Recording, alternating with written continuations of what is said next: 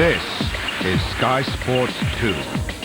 Going live. 3, Stand by. 2, Activate. 1. All systems go. We're live.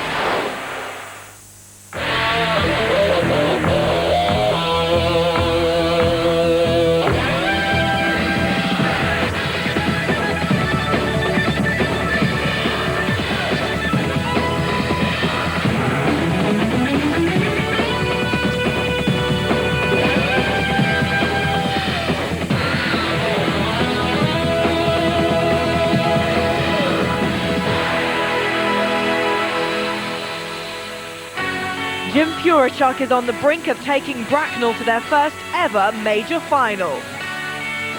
Alex Dampier and Sheffield have tasted success many times, but their desire is just as strong. The Bees bring a 2-goal lead to the second leg of the Express Cup semi-final, but the Steelers are out to stop their glory trail. The battle is about to begin.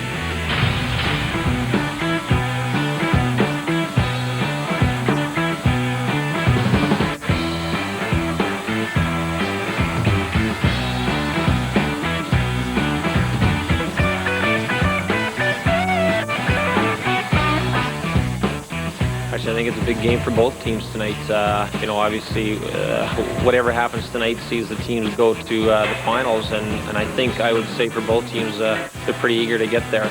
I think we come into tonight's game thinking that if we can claw back in the first period, then we're all square for the next two. And the key is, we just can't start off our normal way and go down 2 or 3 goals. That'll just be too much of a deficit. Obviously, on our part, it's some territory that this team hasn't been to before, and I think it's a big goal for us to achieve. We do want to come into this game. We want to get the points out of it to clearly say that we've earned the right to go to the final. So we feel that we're set to play this. What we want to know is, will Jim Fuyarchuk's Bracknell be able to hold on to that 2-goal lead here in the House of Steel?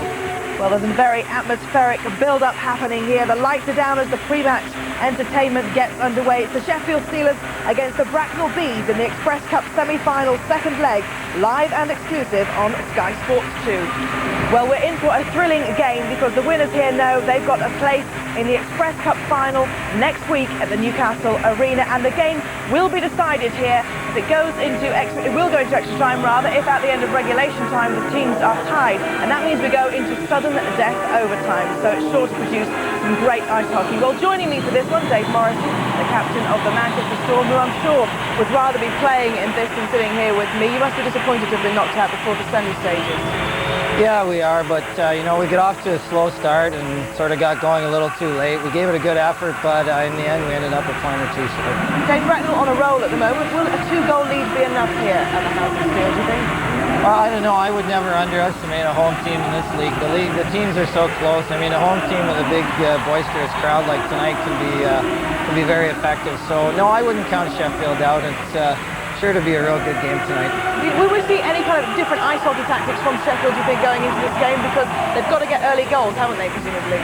Yeah, I would think they're going to play an aggressive forecheck. I mean, controlled. I don't think they want to get caught defensively, but I think they're going to have to go at Bracknell because they are 2 goals behind, and they don't want to leave it till too late in the game because right now Bracknell's got a hot goalie, so you don't want to have to score on it, 3 goals on him in 1 period. Should be a good game. Thank you very much, Dave. Incidentally, the Scottish Eagles are in action against the Nottingham Panthers up at Ascension Arena in the second leg of their semi-final. It was 4-4 when the Scottish Eagles travelled down to Nottingham last week. We'll be keeping you across that one as the evening progresses. Well, it's almost time to join our commentary team. Before we do that, though, let's go get the inside knowledge from Nick Rockwell. Gabby, a big key to tonight's game is going to be special teams. Power play-wise, we know Sheffield can score goals. Ed Courtney, Ken Priestley have dominated that column in the scoring charts all year.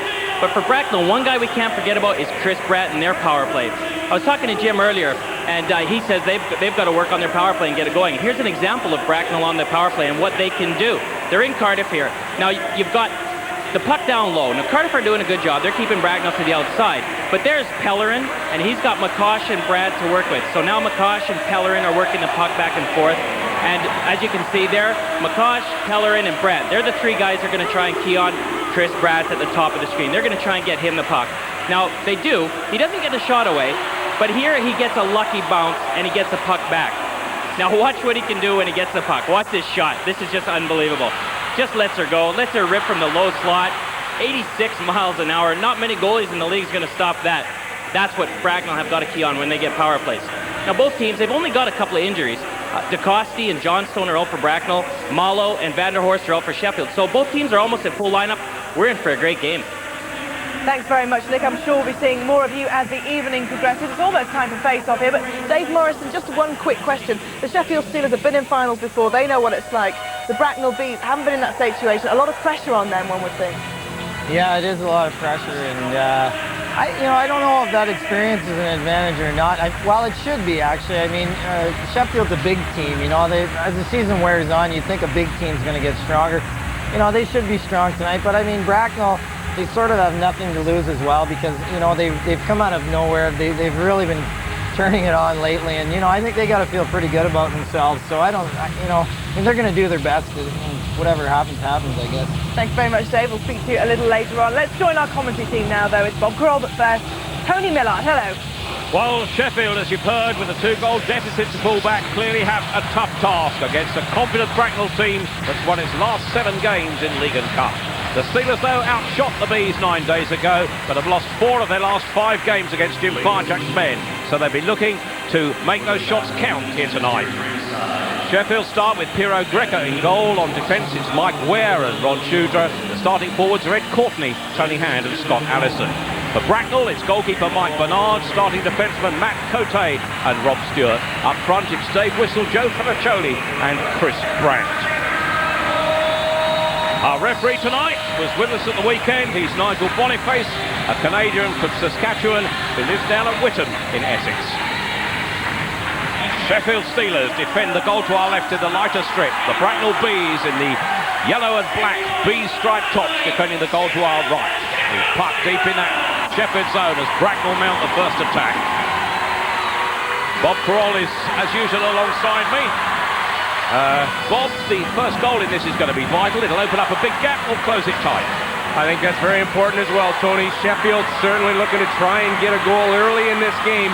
But as you say, if Bracknell score, that's that 3-goal gap, and it's awful hard to come back on.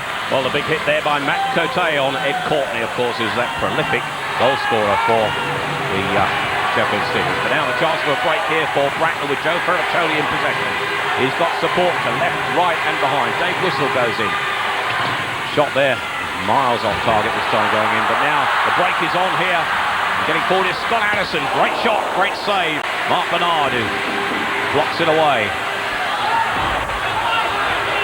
Sheffield now exerting pressure, but Bracknell with the break. Rob Stewart clears his defensive zone.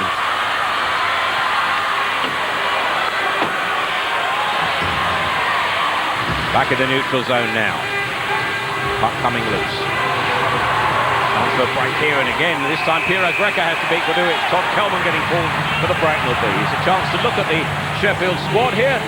Piero Greco, number 30, is starting in goal. Chris Kellen, the oldest man playing in the Super League. Tim Cranston, Ken Priestley, a prolific scorer, of course. 16 is Tony Hand, the all-time record scorer in British ice hockey. And Ed Courtney this season has already rattled in 27 goals in all competitions. Well, not a lot of silverware coming the way of the Sheffield Steelers this season, and Alex Dampier will well be aware of that. And he wants to get his team back into winning ways, and what a better way than trying to qualify for the final of the Express Cup. Well, they win the draw there. In possession to Sheffield goes with Chris Kellen round behind his own net. Now the break is on. The Steelers in the lighter strip, broken up by Kelman in the neutral zone. This is Chris Kellen again for Sheffield behind his own net. With Andre Marlowe and Jamie van der Horst missing from that Sheffield lineup, Kellen will get a lot of ice time. But now here's a man on the break here. Cranston with the shot, takes the deflection away from the skates of Kelman. Still Sheffield put forward. Kellen wraps it around the boards. The chase is on into this corner. Down below us here now, but the Bracknell Bees clear the zone. Puck goes the length of the ice. Waved on by the officials, and Kellen gets possession while his teammates change. Puck knocked down there, this time by Rob Wilson, but the break is on here. We've got a chance on this side, and just off target there. The shot, and perhaps the pass would have been more effective. You see what happens if a turnover takes place just inside your own zone there. Bracknell Bees able to go on a 2-on-1 as a result. This is David Longstaff, number 15 for Sheffield. Puck taken into the corner here now. Kovacs wins it back, number 12. Kovacs and Longstaff for Sheffield. Space created in front of goal by Tommy Plummer. Longstaff can't get the puck away, but now possession for Kovacs. Chance hit the shot, great save. Shot going in from Tommy Plummer, and Mark Menard kicking it away right-footed. Again, Plummer gets forward, but now the break's on here. This for Bracknell Bees is Dennis Burke. Burke with a shot, kicked away by the goaltender Piero Greco. Well, we've got the first penalty call of the game, but meanwhile we look at the Bracknell squad. Back to that in a moment. Starting goaltender Mike Bernard. Scott Campbell back on old territory here. Of course, number 17 used to play for Sheffield. Ward, a newcomer. The two Burke brothers. Chris Brandt, we've already heard plenty about. He's a man on the power play, is vitally important, as is Joe Ferraccioli, the centre man who rattles up the points. Jimmy Fuyarchuk there, looking to see what his team is going to be able to do on the power play with Tommy Plummer of the Sheffield Steelers picking up a 2-minute roughing penalty. Excellent opportunity for the Bees to try and get themselves on the scoreboard early on here in Sheffield. The play just deep in the zone there, Tommy Plummer. I think we just missed the play, but he actually gets his glove up and takes a swing at the Bracknell player. Power play with the Bracknell Bees then. Bracknell Bees power play success not great, 19.1%, 39 successes in 204 attempts this season. Nearly improving and improving on it there. It went in out of nothing. A power play goal, the 40th power play goal of the season to the Bracknell Bees. The visitors in front. The gap is now 3 on aggregate. Well, what a dream start for the Bracknell Bees, because really it's an innocent play, just keeping the puck in his own, but I believe that's Brian Pellerin there. He's the one, the deflection, the puck coming off the boards there. You got to be quick to pick those loose pucks up in your own defensive zone. Brian Pellerin, hot on the spot. You shoot that puck low on the ice, and you're going to get yourself a goal. Brian Pellerin's 16th goal of the season. The Bees lead by 0-0 on the night, and they now lead 4-1 on aggregate, and the Sheffield Steelers have a mounted decline. Again, the Bees in possession here. This is Chris Brandt getting forward. Support on this side from Joe Ferraccioli. Taken into the boards this time by Ed Courtney. It's now Sheffield with the break. Good backhand pass there, now the chance here. In front of the crease is Scott Allison. Courtney's on this side, taken out. That falls to Mike Ware, number 24. Ware looks for space, doesn't get it. Bracknell Bees cover well and in depth. This is Tony Hand, all-time leading scorer in British ice hockey. Great chance for Allison, who gets it back at the second attempt and knocks it into the corner. Courtney tries to make the opening. Cote tries to clear the danger for Bracknell. Ware with the shot, takes a deflection just off target from Tony Hand. Now Bracknell on the break again. This is Ferraccioli in possession. He's got support on this side. Goes for the dummy, goes for the shot. Great save there again. This time from Piero Greco at point blank range. It's important when you're a defenseman to make sure that your wingers or forwards are coming back. Ron Shooter committed there, of course, creating the 2-on-1. Very, very difficult if you don't have wingers coming back, covering the forwards coming forward into the offensive zone. Well, one gets the impression here that the Bracknell Bees are really fired up for this one. And here goes, let's break it out. Scott Allison involved from Sheffield. Referee Nigel Boniface saying, clear them away. Brian Pellerin, the combatant, if you like, for Bracknell Bees. Two big boys. Well, I think Nigel Boniface is going to make a call here anyway. Scott Allison, the big guy, former Edmonton Oiler, top draft pick. He's just making sure that he's keeping his man out of the play in the defensive zone. But both end up going off on altercation.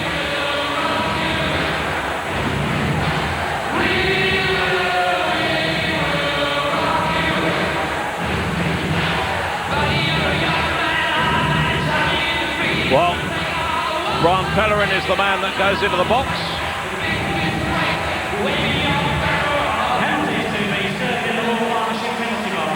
Well, Nigel Boniface, he's wanting to take control of this game earlier on. And I think that's very important. He doesn't want the Chief subs to start. This is a very important match for both sides. A semi-final competition. Fellas, let's play hockey. Well, Brian Pellerin getting his name in all columns here tonight. Obviously a goal scorer already. That's a penalty, and the coincidental minors mean we'll skate 4-on-4 with plenty of space on the ice. The Bracknell fans have come up the motorway. I hope they had better traffic conditions than we did, but they're enjoying themselves here now. Well, I saw them in pre-game warm-up, Tony, and they had the music going, and I'll tell you, they're in fine form again tonight. This is Todd Kelman getting forward. Can't get the shot away. Sheffield will clear this into the neutral zone. They get forward here. This is Del Monte with a shot. Kicked away. Gets a second chance. Cover as well. This is Junkie. Branston for Sheffield behind his own net. Remember Sheffield in the lighter strip, the home stock side, defending the goal to our left. Plenty of space, getting 4-on-4 with the coincidental minor penalties. Cleared into the corner for Bracknell, this time by Todd Kelman. Priestley will collect the loose puck. Priestley with the shot! Straight for the goal! Ken Priestley producing just about the most vicious shot we've seen this season to put Sheffield back on terms tonight. Again, a turnover in the offensive zone for the Sheffield Steelers. This time, Kenny Priestley. The guy's playing defense tonight, but he's such a great skater. Anytime you give him an opportunity, he picks up the loose puck. He possesses a wicked shot, which always finds the hole where he wants it to go. He's one of these players that's able to aim the puck at the net, exactly shooting where he wants to score. There's the turnover. That's what creates the problem. You give Priestley a chance like that in the slot area, he makes no mistake. Well, Bob, that was one of the most powerful shots we've seen. He connected in every way with that. And if Mark Bernard had got his head in the way of that one, his head would have finished up three rows back in the gallery. Well, that's what we call high slot area, Tony, and that's prime shooting distance, especially when you're a good shooter like Kenny Priestley. I think the Steelers felt it essential they get that goal back quickly. Now, on aggregate, the deficit is still 2, of course. 1-1 on the night, but the Bracknell Bees came here with a 2-goal advantage. Bracknell Bees on the break. They tied it up 2 minutes and 12 seconds after Bracknell had gone in front. Well, Alex Dampier, a little bit of pressure off him. He knows that he's got to chip away at the lead that the Bracknell Bees possess. But this is a very important first period for them. Bees fans again there. He's still happy. Jimmy Fuyarchuk, well, I'm certain that he'll be cheering his boys up. He's one of these players that really works on strong motivational skills and makes that presence well known. Well, Jim determined to get his team to that final if he can. Priestley with another shot, just off target. Equally fast was that shot. This is Chris Brandt in possession. Good stick handling qualities there to clear his defensive zone. Now a chance getting forward. Rob Wilson with a shot on the far side. That off target. Wilson will have to gather this again. He's got Priestley to his right. Remember, they're skating 4-on-4 with the coincidental minor penalties. And from each side sitting it down. This is Tony Hand. Hand cuts inside Cote, tries to create space. Keeps his head up well. This is Ed Courtney, number 27 for Sheffield. Courtney's got a shot. Comes the dummy. Courtney will get that shot away. And Bernard on the angle. He needed to come out there and tighten it up. Well, this duo of Tony Hand and Ed Courtney, now this is absolutely brilliant because these guys have a telepathy like no other pair in the league. Watch this here, the fake shot. Now, Matt Cote is a well-known guy for blocking shots. Once he goes down, he commits. And, of course, that gives the opportunity for Ed Courtney to get that shot away. Good save, though, there by Mark Bernard coming way out of the nets, Tony. Yes, he was good 2 or 3 feet outside his circle, I think, at the same time to serve that. The angle really tight. Well, he's been playing well for the Bracknell Bees, Mark Bernard has, and that's one of the reasons why they've been so hot of late. You get that hot goaltending at the right time, it just lifts the confidence of your whole team. Well, his save percentage, of course, just over 90% now. Here's Wilson with the shot. Takes the deflection off the skate of McCosh. Both men are back on the ice. Pellerin's back. So too is this man, Scott Allison, robbed immediately on the edge of the defensive zone of Bracknell there. Now Sheffield will get forward again, cheered on by their fans. The cover goes in from Kelman, shadowed by Nicky Chin for Sheffield. Good forechecking by Priestley and Longstaff. Allison gets possession now. Over the side it comes again, and Chin can't quite get to the end of that one on the edge of the crease. This is Longstaff for Sheffield. Bracknell win back the loose puck, and now they'll get the break. This is Todd Kelman getting forward. Kelman with the shot. Saved by the pads of Greco, and the bounce takes it all the way back up the ice. The icing call, and I'm not quite sure whether that should have happened that way, Bob.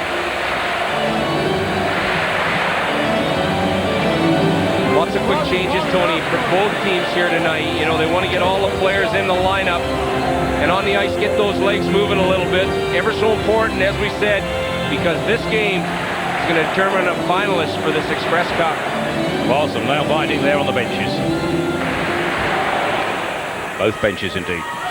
Sheffield 1, Bracknell 1 on aggregate. Sheffield 4-2 down, the home team. This is Nicky Chin on the break here. Chin swings it into the corner. The chase is on. Watched carefully by Bernard, who will knock it around the boards. Chance for Del Monte here. Good kick away there by Bernard. Bracknell Bees covering well, covering in depth, and this is Tom Gomes. Gomes dumping it into the corner from his own side of the red line. The icing call will take the action back up to the far side. Dave Morrison, the Manchester captain, is in our studio. Dave, it looks like a tight game. Yeah, it is. I mean, it's basically what you would have expected with Sheffield being down 2 goals. They're putting a lot of pressure on Bracknell.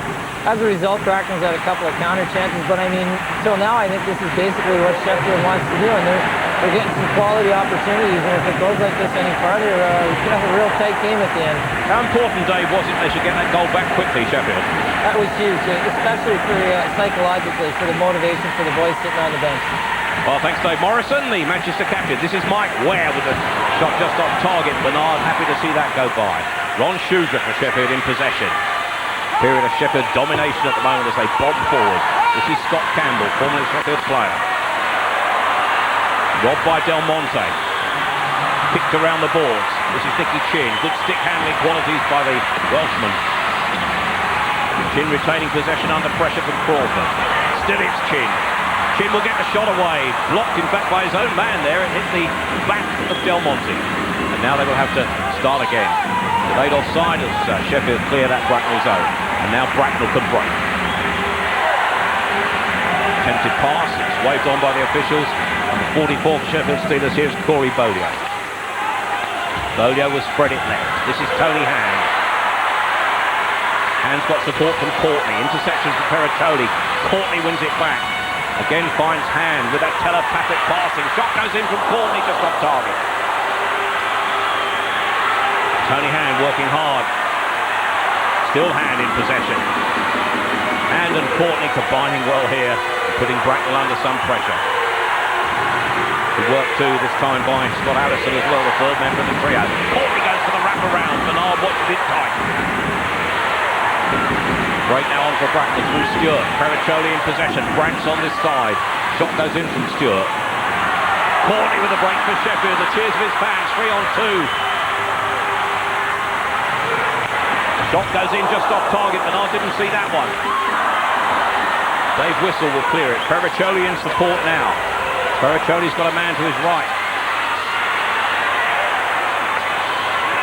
Hiro Greco kills that stone dead to produce a face-off and a welcome rest for both teams. Plenty of pressure being put on by the Sheffield Steelers, though. This is almost like the Steelers of old. We see the Bracknell Bees breaking out here. This play doesn't muster to much, but what you need, though, is you need a guy driving for the net on this particular play. It comes a little bit too late. Well, they win the cheerleaders competition this year, I think.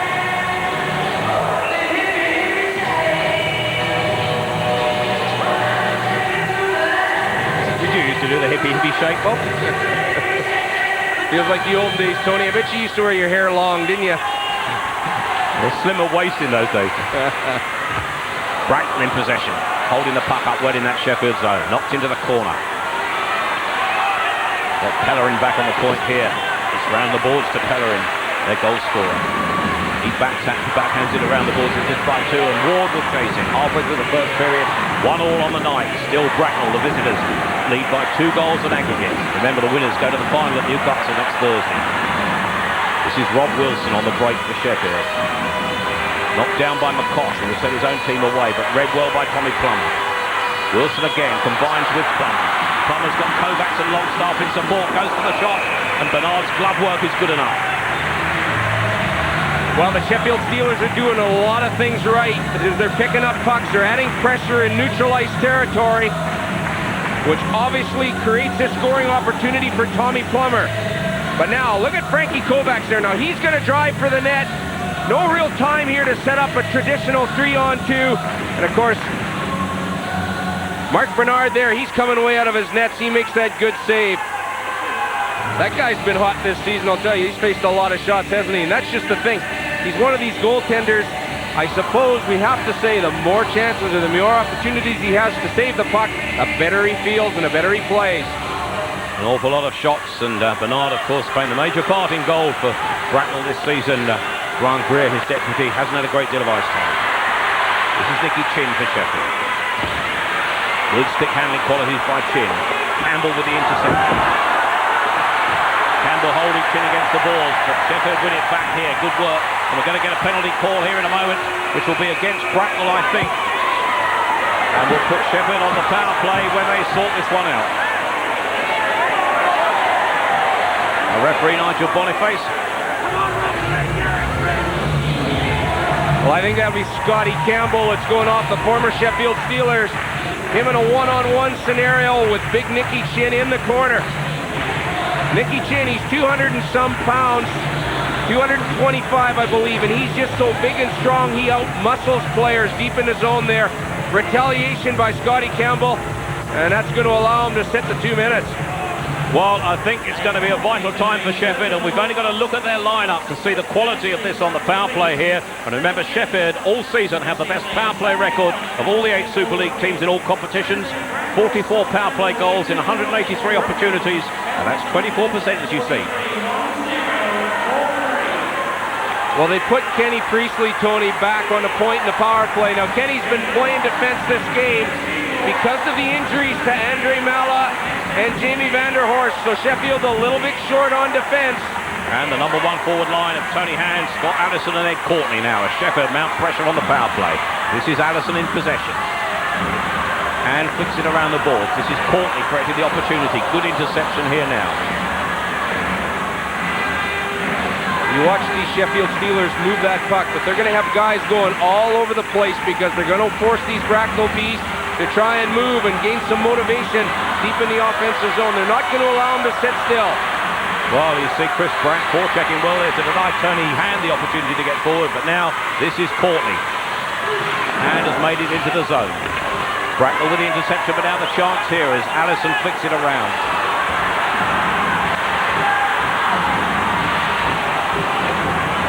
Well, there's a problem here because Chris Brandt's lost his stick, and that's going to make it difficult to defend here. Shot goes in from Tony Hand, just off target. This is Courtney. Brandt having to push it. Chance on the edge of the crease. Priestley claiming the goal, but Nigel Boniface rules that out, and the referee is right on the spot for that one. Well, how many times have we seen Kenny Priestley sitting there in his office area just around the net? Look at the one-timer happening. What lateral movement by big Mark Bernard, though. He's right across, stacks of pads. Kenny Priestley thinks that that's in. That's not an easy play, but it all results because Matt Cote actually lost his stick on that play. He was given another stick by Chris Brandt, who in turn didn't have a stick. And of course, Sheffield doing a job of moving that puck around. Minute remaining on the power play. This is Scott Allison in possession on the ball. Pellerin battling with him. Bracknell having to use all their penalty killing skills here. The Sheffield fans don't like the action down in front of us. They believe there should be another penalty call on Bracknell, but referee Nigel Boniface is not calling anything. It's going to remain 5-on-4. Now Kenny Priestley takes an errant high stick here from Greg Burke as they're fighting for that puck in the corner, or I should say not in the corner, but along the barrier there. Here comes the stick. Oh, just up there, probably caught Ken Priestley's as well. Nonetheless, there'll be some sort of a call there, I'm sure. Kenny Priestley going down. Let's hope there's nothing serious there.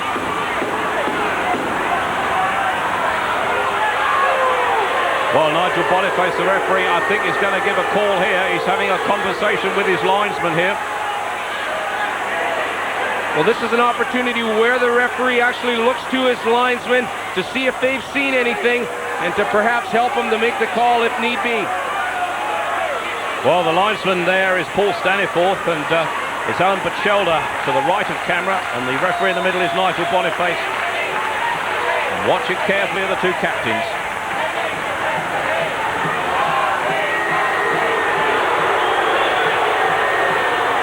Well, here's another look at the incident, of course, and there it is. Greg Burke getting his stick up in the face of Kenny Priestley, and I'm sure that's cut him. Well, the referee, after consultation with his linesman, will not be calling a penalty. I don't think Sheffield are very happy. Well, that was one of the things. Rob Wilson, the captain of the Steelers, went straight for Nigel Boniface, looking to see if he could get involved in that call. Boniface says, no chance, you guys get away from here. I'm going to consult my linesman first. Well, he did just that. And Sheffield didn't like it, but the officials agreed in the end. This is Rob Wilson, Sheffield captain, with 30 seconds remaining on the power play. This is Tony Hand. And dumps it into the corner and chases on for Scott Addison. Courtney's on the far side. This is Courtney battling with McCosh. Kelman brings it away for Bracknell Bees, but now the interception.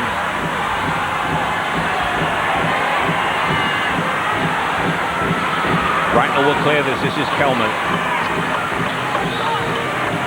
Puck hit the length of the ice now. Men back on the ice. Man back on the ice. Scott Campbell. Bracknell are back to straight. Chase is on here though, and the icing call will take the puck back down to the Sheffield end, but another little altercation behind the goal. Well, we can go down to Nick Rothwell. We're inside for the latest news on Ken Priestley's condition. Yeah, you guys, you can see Ken. He's just walking back out onto the into the changing room. He's complaining to the referee. He's absolutely furious. He wants to get Boniface's attention. Now you'll see him turn around here. You'll see the cut. You can't quite see the cut, but it's a big, huge gash above the right eye, just above his right eyebrow. He's pretty upset. We'll stay out of his way now. And there you can see the cut. He's extremely upset. We'll leave him alone now. He's going to go in. He's going to get treatment. Now, obviously, with a big cut like that, he's going to need stitches. So he's going to be in there for a while. We'll leave him alone. He's going to need some stitches. And I know he's furious. He wants to get back out on the ice and try and level things up for the Steelers. Well, thank you, Nick. Ken Priestley nearly got another cut as he tried to get through that door that was locked. Well, the question also, Tony, has to be there, the drawing of blood as well. And, you know, that's one of the concerns I'm sure that the Sheffield Steelers will have. But Kenny Priestley, as we said before, has moved back to play defense here tonight because of his great skating capabilities and Sheffield injuries. So they'll miss him dearly because that's another defenseman yet. The Steelers are down. And, of course, he's already got a cracking goal they're missing. But still, the game is on. Back in the neutral zone. Sheffield are now starting to do the hitting.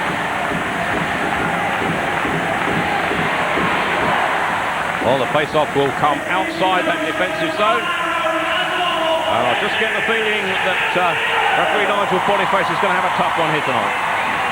Well, you know, there's always some time of flair between these two teams. And Nigel Boniface, you got to admire this guy. He started the season off as a linesman. He's now moved to a referee. And, you know, I must say, the times we've seen him, he's done a tremendous job. Nigel Boniface from Regina in Saskatchewan, living down in Essex at Whittam at the moment. But Sheffield 1, Bracknell 1. 4-2 Bracknell lead on aggregate. And we have just over 6.5 minutes remaining on the first period. Plenty of time to come. And I'm sure we haven't seen the last of the goals yet.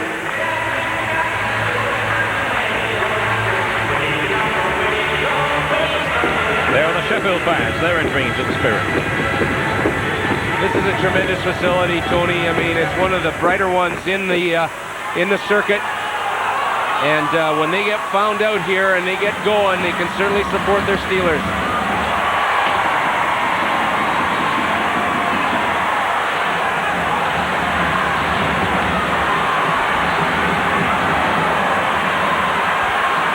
Break is on here. Pellerin. Can't see if the Bracknell getting forward. Yes, they got a goal there. Brian Pellerin, second of the game. He was falling over, but he still got the shot away. And Bracknell have restored a 3-goal advantage on aggregate. Brian Pellerin, second of the night. Well, I'm not sure it was in front of the net, but I thought he was going to pass the puck. Here's the one-on-one battle won by Brian Pellerin. And he does the wraparound there as he beats Scott Wilson, or is that Rob Wilson, I should say. There's the play. The puck lost by the Steelers deep in their own territory once again. And of course, that creates a scoring opportunity. That was Dale Junkin in front of the net there. I bet you wished you would have the pass there. He had a wide open net. Big goal for the Bees. Well, Brian Pellerin, the 27-year-old from Hinton in Alberta, is having a happy night as Bracknell lead 2-1. He's coming up in a moment of the other semi-final being played tonight. It's between the Ayr Scottish Eagles and Nottingham Panthers. We'll have that in just a moment for you. This is Dave Whistle with the interception. Rob Stewart on the break now, the captain. Finds Fuyarchuk. Fuyarchuk can't control it. Sheffield win it back now. Bracknell's zone is cleared there by Dave Whistle. I think we've got what they class as a two-line pass at the end. The face-off will be inside the Bracknell defensive zone. Well, Alex Dampier feels that he's crawling that mountain ever so little, but once again, the Bracknell Bees instill that extra goal lead. You just got to keep chipping away. There's no other answer for it.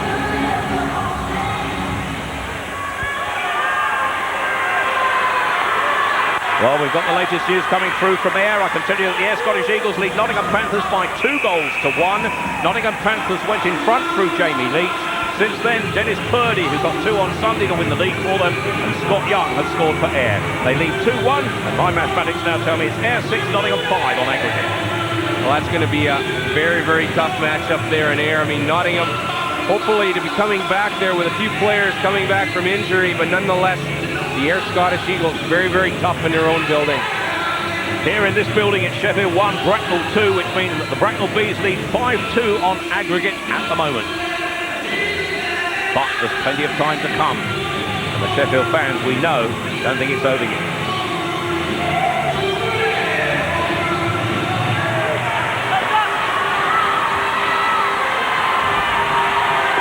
Bracknell in possession. Rather being forced back. Well, another little altercation here behind the net. Yeah, that's Timmy Cranston and Matt Cote, and that's been going on for some time. It happened about 2 minutes ago, just along the barriers, deep in Bracknell territory, and it's resumed again. 2 players that aren't so big in stature, Tony, but I'll tell you, they're very, very tough, and they come to play every night. Look at that, eh? There's a rough ride against the old turnbuckle. Not an easy night out at Sheffield these days.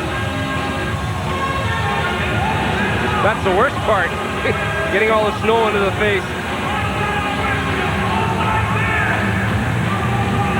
There's Matt Cote, very much known for his defensive skills and the way he plays his defensive style of game and the number of shots that he normally blocks. He's a goaltender's dream, if you can call it that. He's certainly very, very steady.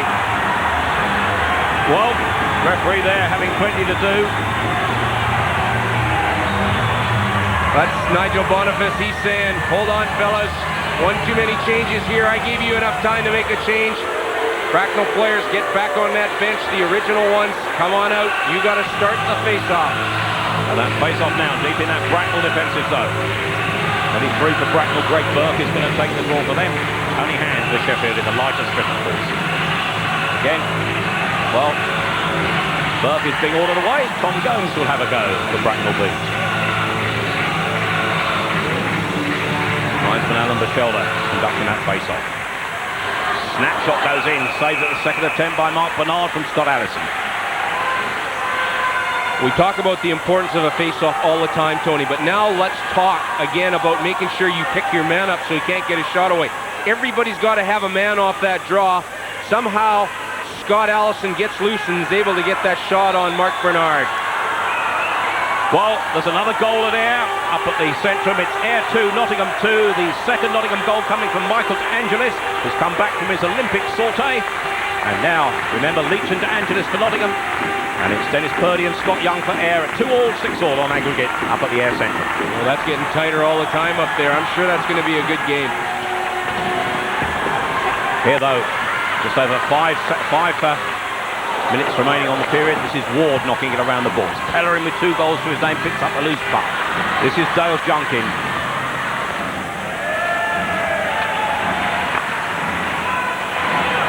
McCosh will knock it into the corner. Dumped out quickly there by Ed Courtney. Into the neutral zone. McCosh can't flick it on. In the end, it's won back for Sheffield by Courtney. Interception, and now Junkin has got the break for Bracknell, and well, Greco is grateful to see that rebound cleared by this man, Mike Ware. Ware's pass collected by Allison. Allison tries to send Courtney away. Allison gets cut for the putback, goes for the shot. It's whacked away, second attempt by Menard with his stick.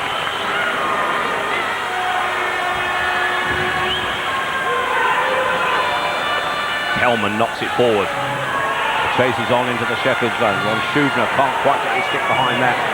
Misplaced pass allows the break for Tom Gomes for Bracknell. Gomes looks for space. He's got it here from Burke. Schudner, 26, clears the danger. Disappears up into the crowd and produces a face-off deep in that Sheffield defensive zone. Ron Schudner, top scoring defenseman for the Steelers. He's been here a long time and he's certainly a fan favorite. And I guess he's part of the involvement here because I guess there's a return match of the two ladies teams from Cardiff and Sheffield here tomorrow night. And he's part of the star attraction as they try and beat the Spice Girls, which happened down in Cardiff, Tony. Well, certainly Ron Schudner. 7 seasons he's been here, I think. But Bracknell it is, and Ron Schudner and his team will be wanting to pull it back. This is Corey Bolio for Sheffield. Rob Wilson, but again, used the face-off just outside that Sheffield defensive zone. That's Frank Kovacs. Well, there's Frankie Kovacs, as you say, another native of Regina, Saskatchewan. And what an impact I felt that Frank made on the league last year. You know, he's a big, strong guy. You can see he doesn't like it, but he certainly will mix it up. And he gets into that offensive zone. He's a tremendous forechecker, and with all that physical presence that he has, he certainly created that big goal for the Steelers in the final last year. Bracknell on the break. This is Scott Campbell getting forward. Campbell provides the pass, but eventually the interception. This is Longstaff clearing the danger, and now we're going to 2-on-1 break. This is Kovacs. Shot, rebound comes the way of Plummer, but he's not quick enough. Eventually, Burke clears the danger into the corner, but this is Bolio for Sheffield. Onto the edge of the crease, that effort just off target. Probably Plummer coming desperately close. Plummer taken to the boards by Campbell. One back by Longstaff, 15 for Sheffield. Longstaff still has the puck on the end of his stick, despite being held up against the boards. The battle is joined again behind that. The body's going everywhere as the puck comes loose. Campbell battles. Cleared around the boards this time by Greg Burke to clear that defensive zone. It'll be chased back by Chris Kellen, now in possession for Sheffield. He spreads it left and it's knocked into the corner. The chase is on. Again this time with Dion Del Monte. Rob Stewart is the Bracknell captain, able to clear the danger. Dave Whistle helps him. Trevor Choley loses out. And still Bracknell a pin back. Tries to ease around the boards this Tim Cranston this time, but Wilson with a cover in the neutral zone for Sheffield. Well, there's another yell for a penalty on the far side because I think it's Tim Cranston and he's trying to get his own back over there, and there's going to be a little fun breaking out between Cranston and Stewart in a minute. But here it's Chris Kellen in possession. Around the boards it goes. As Sheffield try to mount an attack. They can do with a goal now. This is Dion Del Monte. Del Monte goes all the way and backs in the net! It took a deflection, but referee Boniface gives it. Sheffield are back on terms. Could have gone in off just anybody's skate, but it finished up in the net. Well, I think that's Mike Ware that scored that big goal. But you got to admire the Sheffield Steelers and the way that they drive for the net. And this is Dion Del Monte, and this is what I'm speaking about. Look at that, driving to the net. Well, that's Timmy Cranston that's there to tuck that puck home on any sort of a rebound that's there. But Mike Ware's there as well. But that's Cranston that once again ties this game up. I love this kind of stuff because Mark Bernard, he's just standing his ground, but once again you see it's pure physical presence that causes the goal. And you got to get in at these goalkeepers because they're too good otherwise. You want to score goals, you drive to that net. Well, they all bundled in, and it was Tim Cranston officially credited with that goal. And it's now on the night. Sheffield Steelers 2, Bracknell Bees 2. restoring a 2-goal deficit on the night with plenty of time to play. The Sheffield fans are smiling a bit more. Well, you see that summation most of the time. Anytime you give these goaltenders an opportunity to see that puck or do something with it, they usually make the right play. What you got to do is you got to take them off their game plan. Otherwise, hey, you're not going to score on them. They're just too sharp. Well, it was interesting there as Del Monte made the goal. His teammates got up in support, and it was sheer weight of numbers that told. It was, you know, the Sheffield Steelers, Davey Morrison, our guest tonight, mentioned that they're a big, strong club, and they play their best when they drive for the net. They use their physical presence to try and gain momentum in the game. Well, there's Tony Hand, who I'm sure has a big part to play yet. Well, he's a natural and gifted player, and don't ever count him out of any game that he's playing in. His puck goes across the Sheffield goal. Eventually, shot goes in. It's the pipe work at the side from Kelman. And now Sheffield will get the break. Here is Tony Hand. Tony Hand goes for the shot, takes a deflection, and only just misses the far post by inches. Now Bracknell will get the break here. This is Dale Junkin getting forward. Junkin has Kelman as the trailer. Kelman looks for more support. He doesn't get it. This is Rob Wilson for Sheffield. Hand flicks it forward. This will produce an icing call and take the action back down to the Sheffield zone. There's big Scott Allison. This year's signing of the Sheffield Steelers. Played in Cape Breton last year, but he's one of these guys that's a former Edmonton draft. A chance to have a look at what's happened so far in the game. Ron Pellerin it was that put the Bracknell Bees in front from close range. Made it 3-0 or 3-goal margin. Priestley though with a vicious shot put Sheffield level on the night. Priestley Pellerin grabbed the second to put Bracknell 2-1 in front and restore the 3-goal advantage over the two legs. But now Tim Cranston from close range in a goal-mouth scramble has made it 2-all and all to play for.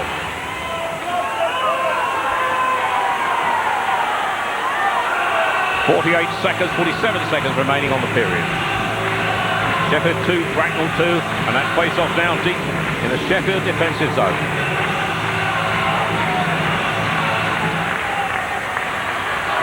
This is David Longstaff behind his own net for Sheffield. He leaves it for Rob Wilson. Wilson has Tommy Plummer to his right. Wants it forward. Interception won back in fact this time by Greg Burke. Brett puts it out of the defensive zone. Big hit to deny the opportunity of Tom Gomes. But this is Longstaff. By one, by two, goes for the shot. Good save by Bernard. Well, David Longstaff, he hasn't been well all week. He's suffering from the flu, but you certainly wouldn't know it out there tonight. Now this kid, the moves that he's got, his head's up, he lets that shot go. Mark Bernard equal to the save. But what scoring opportunity he's made there, just purely because he's got some good natural ability and he's able to handle that puck very well.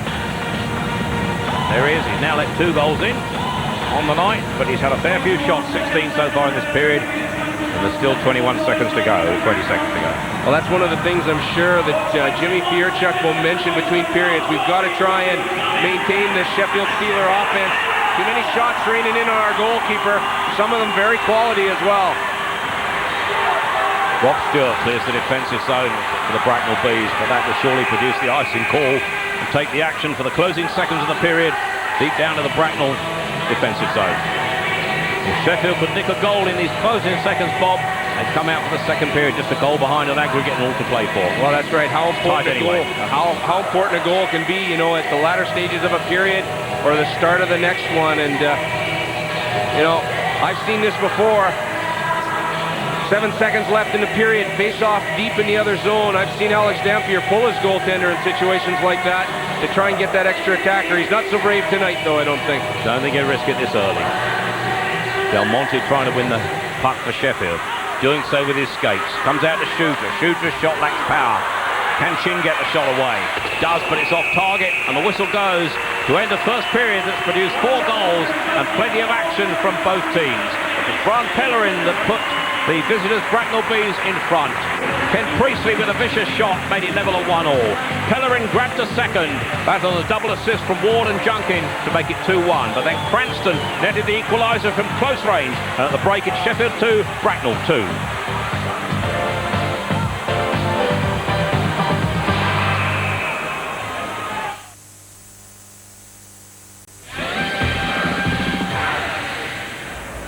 There's Five Nations Rugby coming up here on Sky Sports 2 this Saturday afternoon. After the defeat in France, England will be looking for a big result at Twickenham. England versus Wales is exclusively live this Saturday, 1 o'clock on Sky Sports 2. Right now, though, it's live ice hockey. The second leg of the semi-final of the Express Cup. The Sheffield Steelers taking on the Bracknell Bees. And what a game we have here. 2 goals apiece after the first period. The Steelers there have outshot the Bees, though, in that period. It's been one of action, incidents, and plenty of stuff to talk about with my guest, Dave Morrison. Dave, not the start that the Sheffield Steelers would have written in the script, was it? No, I mean, to get behind so early like that, I think they were sort of hoping they'd score the first goal. But they did get behind, and they answered it with a quick one of their own. And, you know, that really gave them a boost. And unfortunately, they got behind again. But again, they came back. At some of the action. The Pellerin goal, the first goal there. Now, I know that you think perhaps the netminder should have got to this. Well, yeah, you know, the puck comes up high, what you want on the power play. They get the shot, or, you know, they get a big bounce from the boards. It comes back out, and Pellerin just throws it at the net. And I think it kind of caught the goalie by surprise, because I don't think the player got a lot of wood on it. Well, that was 1-0. Then it was at 1-1. Ken Priestley picking it up in the Bracknell area. Yeah, that was a little miscue here by Bracknell, and you know, they cough up the puck and it goes right to Kenny Priestley, and he makes a great shot here right into the shelf. And he's not going to miss an opportunity like that, is he? No, and that's where you want to shoot on him, and I'm sure they talked about it before the game, and that's right where he put it. He's a very, very important player to them, which makes the sticking incident even more significant, doesn't it? Well, yeah, but, you know, I mean, he was mad about it, but I mean, the ref really didn't see it. His back to it was to it. The linesman didn't see it, so it's a tough call for the referee to make if he can't see it. Let's have a little look at what we're talking about. Ken Priestley, of course, felt slightly aggrieved here, felt there should have been some kind of penalty taken. Do you agree? Well, you know, there should have been a penalty, yes. I don't think it was intentional, but it was a good whack, and as I say, the referees didn't see it. What can you do in a situation like that? It's a tough call in a big game, and Kenny's, you know, the emotions are running high. He wanted a penalty, but they didn't get it. Well, let's hear what the Super League have got to say about it. Nick Rothwell's talking to Frank Dempster. Frank, we've got Ken Priestley out with at least 8 stitches in his head. Can you explain what you saw? From the bottom end where I'm looking from, along with the chief referee, Nico Toman, all we've seen was 3 or 4 different players against the barrier, all going for the puck. And then Priestley fell down. So what's the official line on when a guy gets cut? Well, normally when a player gets cut, depending how it's done, if it's an accidental high stick, it can be a 2+2, or it can be the 5 in game, or it can be a match penalty, depending on the severity. In the situation there, I think it was obvious that the referee did not see if it was actually happening. You could clearly see him consulting both linesmen for their judgment. Both linesmen didn't see it. So the referee can't actually call any penalty unless he actually sees what actually caused it. Now, could you say there, like Ken Priestley is battling against the boards with 3 or 4 Bracknell Bees. There's 2 or 3 guys in black or white around there. Could you say maybe in this situation they're not doing their job by not seeing what happened? No, it's very difficult because you've got one linesman on the opposite side of the ice. You've got the referee trying to look to get a view of the puck. You've got 3 or 4 players there. There certainly was another Sheffield player there involved. It's very difficult. You have the advantage that you can have a close-up with your camera where you can replay it. The referee doesn't have that instant replay. He's got to go in the judgment that he sees. It's very difficult for him at times looking through a ruck of players. Ken Priestley could have been hit by a stick. It may be the puck came up the way and it could have been the puck that hit him. At this moment in time, we don't actually know. Well, thanks a lot, Frank. Okay then, thank you. Frank Dempster of the Super League. Dave Morrison, satisfied with that from Frank Dempster as an explanation? I think that was really well spoken by him, you know, representing the league. You know, it was a tough call for the referee to make. Of course, we could see it on the cameras, but, you know, as I say, the emotions are running high. It's unfortunately it wasn't seen, but there's not much you can do at this point. No, it was 1-1 at that point. Then, of course, the Bracknell Bees came back into it. Pellerin getting his second goal. Yeah, he just came around behind the net, grabbed the puck, makes a nice move on Wilson, comes around the net quickly, and just misses the poke check and makes a nice shot on net between the goals legs. Sheffield will be relieved, though, of course. Tim Cranston managing to make it 2-2 at the end of the first period with this one. Yeah, this is a great play by Del Monte here. He drives the net, and this is what you want to do in games like this. You really got to go to the net if you want to score goals. And Timmy Cranston, you know, a veteran guy, knows what he's doing. He was right there to pick up the loose puck. So 2-2 at the end of the first period, but of course the Bracknell Bees were 3-1 up after the first leg, so it's all square, if you like, as it's 2 goals ahead for them. Well, the second semi-final, second leg is taking place up in Ayr. We've got the latest from that game after the first period. Here's Kevin McCroskey. After an evenly contested opening here, Jamie Leach sent a blistering top corner shot past Colm Cavilla to open the scoring with 12:06 on the clock. But Eagles were stung into life by that one and were soon on level terms through Dennis Purdy's unassisted strike.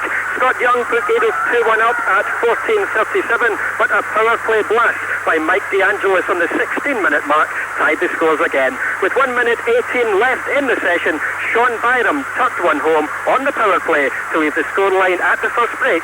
Ayr Scottish Eagles 3, Nottingham Panthers 2. And we'll be keeping you up to date with that one as the evening progresses. Well, there was a full complement of league games last weekend as the Super League reached its climax. The Ayr Scottish Eagles knew all they needed was 2 points to lift that Super League trophy. Dave Morrison's team, the Manchester Storm, were waiting in the wings for them to slip up. The Cardiff Devils, of course, they had to salvage some pride from what's been a disappointing season for them. Let's get all the latest with Nick Rothwell. Heading into the penultimate weekend in the Super League, and it was still all to play for. Manchester in Basingstoke, a must-win for the Storm. It was people, however, putting the Bison 2-1 ahead. Manchester, though, showed what they were made of. Vicklander tying it up at 2. The Storm doing everything to keep the pressure on Ayr. Knowing that they needed to win all the remaining games and hope that Ayr slipped up, Rick Verband ensured the Storm collected the 2 points as he potted in from this rebound. The Storm blowing strong.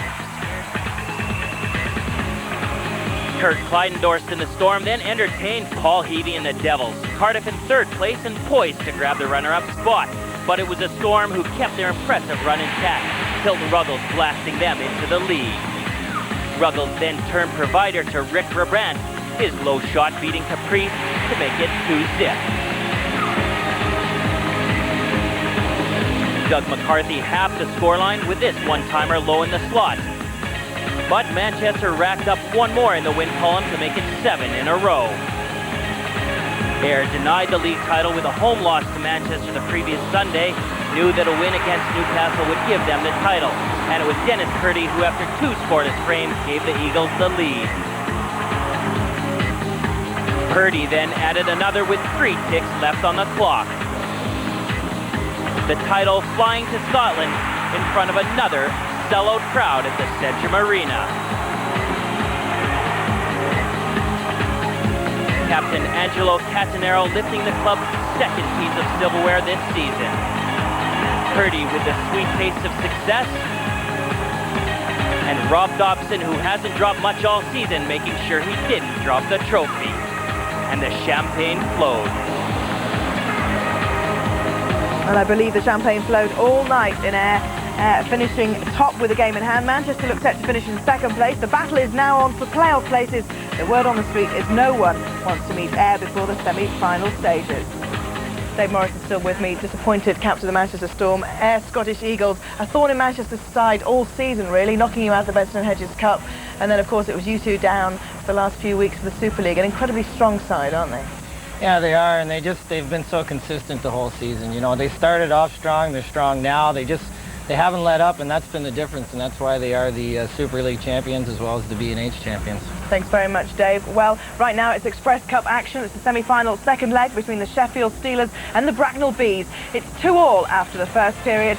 This was the goal that made it 2-1 to Bracknell Bees. Pellerin getting his 2nd of the game. Join us for the 2nd period after the break.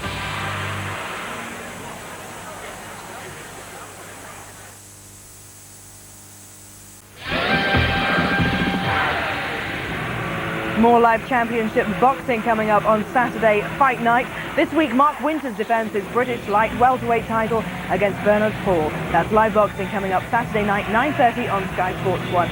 Right now, though, it's live ice hockey. The Sheffield Steelers against the Bracknell Bees in the 2nd leg of the semi-final of the Express Cup. The team's playing for a place in the final next week. Let's join our commentary team as we await face-off in the 2nd period. Bob Carroll, but first, Tony Millard.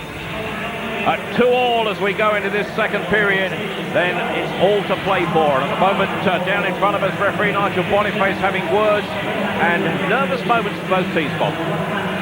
It is Once again, we're all square as we say it, but still at advantage of 2 goals to the Bracknell Bees.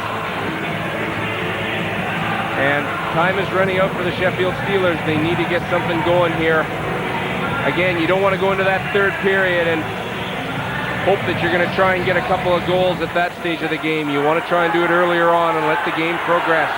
Sheffield starting with that big line of Courtney on the right, Tony Hand in the centre, and Allison on the left. But now it's Bracknell on the break. Remember, they've got the men out. Grant Pellerin, the man out, who's scored both their goals so far. This is Kelman chasing into the corner. Interception. This is Ward for Bracknell. Deep in the Sheffield zone. Remember, in this period, chance here for Pellerin on his hat-trick, just wide. That should have been 3 for Pellerin.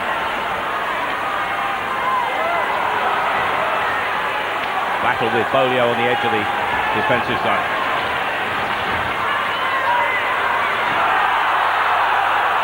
Again, the Sheffield fans looking for something there as Courtney was brought down and not getting it. This is Todd Kelman for the Bracknell Bees. Remember, Bracknell needs 2 goals, 3-1 from the first leg. Level on the night here. Chance there, off target just. Got storming forward there. Now Tony Hand on the break for Sheffield. Good interception, broken up on the blue line, and now the break's on here. Bracknell trying to get forward. This is Scott Allison for Sheffield. He gets the break. Tony Hand's the man on this side. 16. He's got Ed Courtney with him. Finds Courtney. Courtney, if he gets the shot away, has a chance to stop target. Bracknell battling to clear their zone.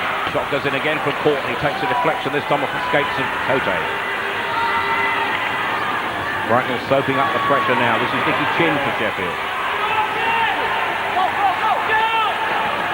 One back and whacked around the boards for the Bracknell Bees by Stewart, their captain. This is Joe Ferraccioli, number 47. Chance here for Chin on the break. Chin on his own. How he missed that. It's the chance of the night for Sheffield. Well, a turnover there. Just deep in Bracknell territory. Chin allowed to go in alone as we saw it, but I'll tell you, I admire Mark Bernard there because he just hung on and made sure that he made Mickey Chin make the move first. Another end of chance for Gomes there. End-to-end stuff. This is Gomes again for Bracknell Bees. Round the boards, take it into the boards. Chance comes out here and shot goes in from Crawford. And the sprawling goaltender there, Piero Greco, saves the day for Sheffield. This is a good example of why the trailer is so very, very dangerous. The puck coming out here, but nobody picks up Wayne Crawford. Now that's got goal written all over it. Piero Greco has to come with a good stick hand save there to nullify Crawford the opportunity. Here's Nicky Chin's chance. Look at this. Making moves. Mark Bernard there gets that stick glove out as well. Must be a hot stick glove period, Tony. I did Chin less than credit. It was a marvellous save by the goaltender as he got the nudge on that one. The other end, the nudge from the goaltender, Piero Greco. The break is on here for David Longstaff for Sheffield. Skips inside one, gets support here. Takes a ricochet into the crowd, and that produces a face-off in the neutral zone. Well, a chance to join Nick Rothwell for the latest news ringside. Yeah, Tony, this is Ron Schuger right here. You can see he's putting his right elbow pad back on, and underneath that elbow pad is a pretty good gash. Right on the elbow bone there. He's pulling against it. It's not cut or anything. It's almost like an explosion. Just with the pressure of hitting something, it just kind of blows up, and he's going to need some stitches, but he's going to tape that back on and get back out there. They're tough, these ice hockey players. I've had that injury myself, Tony. You can feel it right on my elbow. It's right on the bone there. And that's a difficult one. It's awful sore. I'm sure he'll play through that because of the importance of this game, but he's going to struggle. Well, the Gods going a little bit against Sheffield here tonight with Schuger hurt now. Priestley early on. Puck in the neutral zone. The break is on here. Sheffield try to cover. Longstaff loses that and could put his team in trouble, but he'll get out of it here. Eventually the bouncing puck takes the deflection off his own man's skate there. Knocked into the neutral zone there. Sheffield trying to get forward. This is Longstaff. He's got Kovacs with him. This is Kovacs. Rob Wilson, the captain for Sheffield, holds it in. Gets the backhand around the boards. 11 for Sheffield Steelers is Tommy Plummer. Untidy stuff at the moment as they clear it into neutral zone, but Bracknell get the break. They've got 2-on-2 here, and a trailer. Good work by Crawford. Shot goes in, goal! The scorer, Dennis Burke's 12th of the season. Bracknell are singing. I'll tell you, this is a great cross-ice play by Wayne Crawford. Look at this now. They isolated a defenseman. One guy's going for the net, but somebody forgets about the trailer. That's Dennis Burke there now. Look at this. Guy's wide open in front of the net. What a goal by the Bracknell Bees. Is that nullified now? Well, we're waiting for the referee's decision. For some reason, they appear to have disallowed the goal, having given it at first. And I think I know the reason why, because there's a Bracknell Bees player in the crease area, obstructing the progression, if you like, of Piero Greco. Here's the call by Nigel Boniface. They can announce that it's no goal for a Bracknell player inside the crease. Well, Bob called it exactly right. The Bracknell player inside the crease is the reason the goal is disallowed. And it's all alive again. Well, I think this is an exceptional play. Whether you like it or not, it's no goal. But more importantly, it's wondering how that Bracknell player got into the Sheffield crease area. Still Bracknell push forward. Could they pull it back?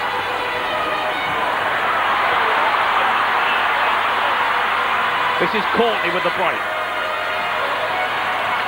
Sheffield trying here. Courtney takes a bundle. Referee lets it go. 3-on-2 break here for Bracknell. Good work by Ward. Got support to the left. Pellerin intercepted, goes into Sheffield from Allison.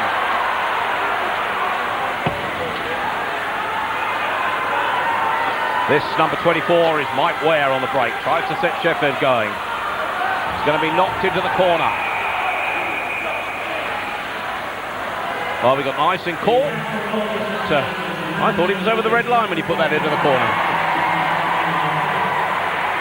Well, that is a goal that everyone will remember, certainly. No wonder about it, certainly later in the game.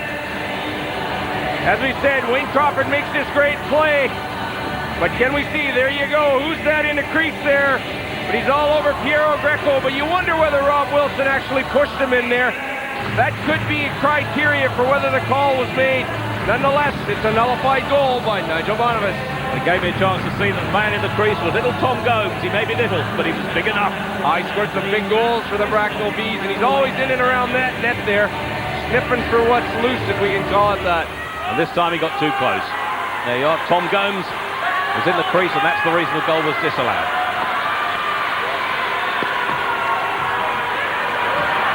Break is on here for Sheffield. Del Monte knocks it into the neutral zone. Chin will chase it. Chin takes a tumble. It's Cote on the puck for Bracknell Bees. He sends it around the balls. Eventually the rebound comes back, favours the Bees this time, and now they get the break. This is Chris Brandt.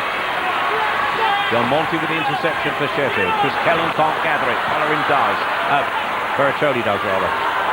Del Monte, though, is on the break now. 17. He's got Braxton with him on the side. Bracknell denying space to the Sheffield men when they break. Here goes Cranston again. Del Monte will chase this into the corner. Puck goes off the ice surface.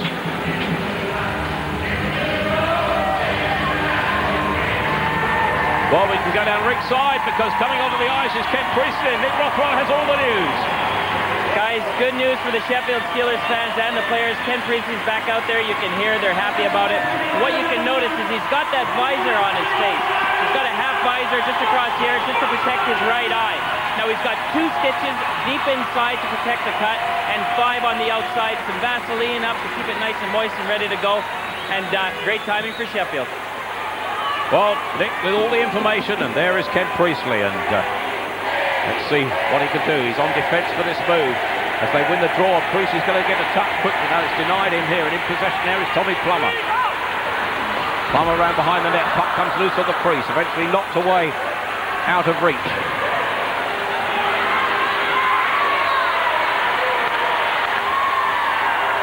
This is Longstaff. Longstaff will try to set Sheffield going. If they can Oh, the offside call, because on the far side, I think it's Frank Kovacs went in too quickly. Well, often when you've got your teammates moving forward there and you make a little bit of hesitation before you cross that blue line. Look at the move being made here. You got to gain that blue line first before you make that move. Unfortunately, offside being the call.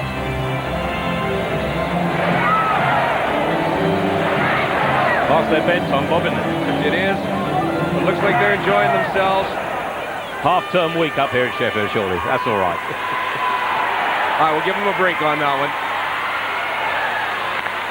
Priestley playing his party early on. Now Kovacs could have had the break there.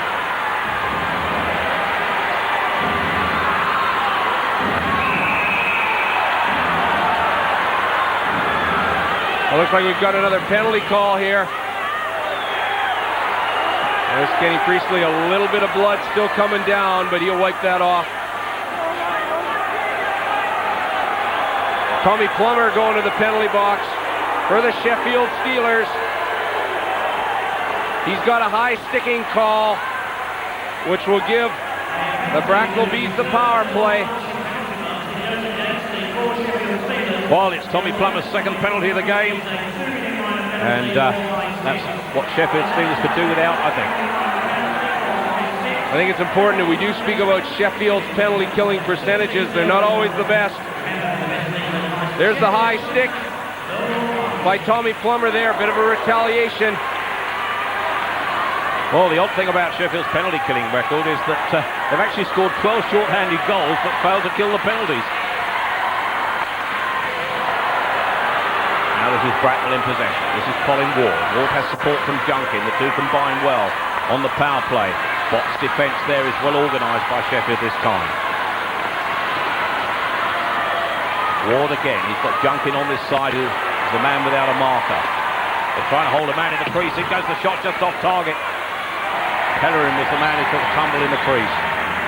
And the Bracknell Bees on this power play, sticking a man right in front of Piero Greco. Brian Pellerin, he's the guy that scored the goals for the Bracknell Bees, and that's where he's parking himself. But Sheffield here have a chance for a break here. The goalie is going to come way out of his net. Great effort by the goaltender there. Mark Bernard saved the day for the Bracknell Bees. He did so, an icing being the call.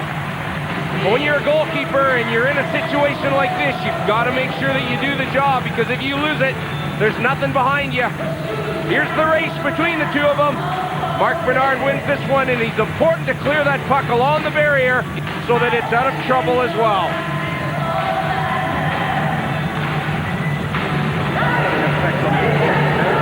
Well, there's the treatment for Ken Priestley, and that's why he needs the face mask. The other thing about the Vaseline is, Tony, is that's to try and stop that cut from bleeding a little bit. They're hard, these ice hockey players. This is Bracknell then, on the power play and pushing forward. Great chance for break here for Dave Whistle. He's in on the goaltender on his own. The goal comes adrift. Whistle runs out of space, and Sheffield survive. Well, Davey Whistle in alone. Boy, I'll tell you what a pass and play here to create the opportunity. But Davey, I won't support you on this one, pal, because I never ever think that you should deep to the short side because you run out of room. And you deep the other way, well, then you get the goaltender moving a little bit, but he's certainly given a good shot. Well, Tom Gum.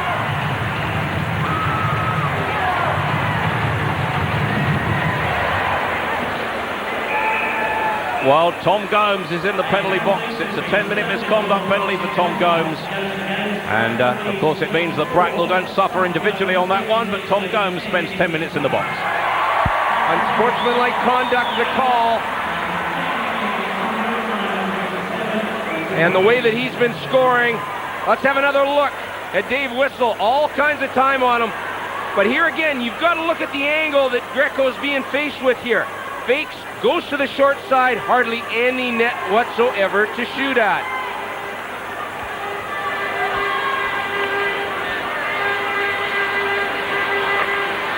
Well, we saw that replay there, and it looked as if there should have been a penalty against Sheffield for slashing, but it wasn't given. And I think that's what Tom Gomes had words about, and that is why he's serving a 10-minute misconduct.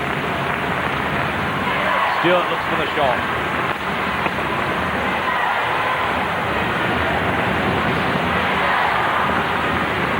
Fuyarchuk.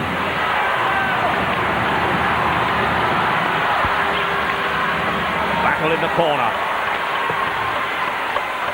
Penalty clock counting down as Sheffield will get them back to full strength here. Back onto the ice for Sheffield comes Tommy Plummer. They're now skating 5 on 5. No shots on target during the power play. Sheffield, well, they killed that well. Tommy Plummer skipping past his man Stewart. Plummer still in possession. Sheffield changing on the flyers. Del Monte can get possession here against the boards. Clear it into the neutral zone. Picked up by Plummer, the loose puck. Switches left to Kovacs. Kovacs will dump it into the corner. This is Colin Ward for Bracknell Bees. It's the skates of the referee. Dave Whistle dumps it into the corner to allow his team the chance to change. This is Kovacs. Kovacs switches play. Puck controlled well by David Longstaff. He's got Plummer as the trailer. Plummer looks for space, eventually junking with the interception as the pass goes astray. Bracknell Bees now get forward. Posh is going to get in on the far edge of the crease. Dumped into the corner.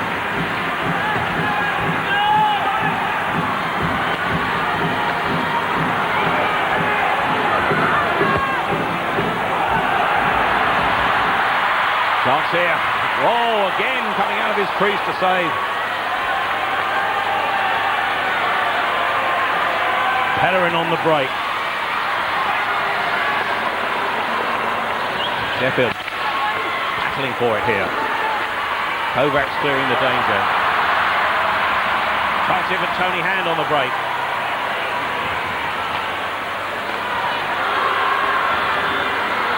Bracknell break here. Chance here on this side.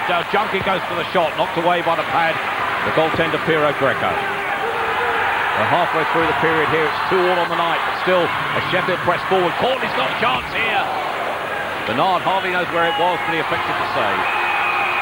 And we've got a penalty call here and a punch-up.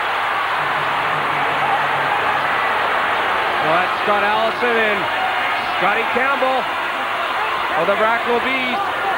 They're going down, but this is one of the opportunities where we've seen the players actually throw them.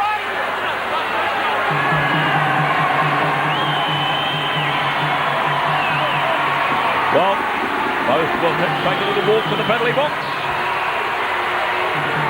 Well, a bit of difference in size, but Scotty Campbell certainly trying to protect the crease area and his goalkeeper. Scott Allison, a great big fella. He's 6'4" in stature, 15 stone 5, and he's certainly not scared to mix them up. But if you're in my territory, you got to stay out of there. Good job by Scott Campbell to stick up for his goalkeeper in his own defensive zone. Already in the box, of course, is Tom Gomes of Bracknell on a 10-minute personal penalty. Misconduct.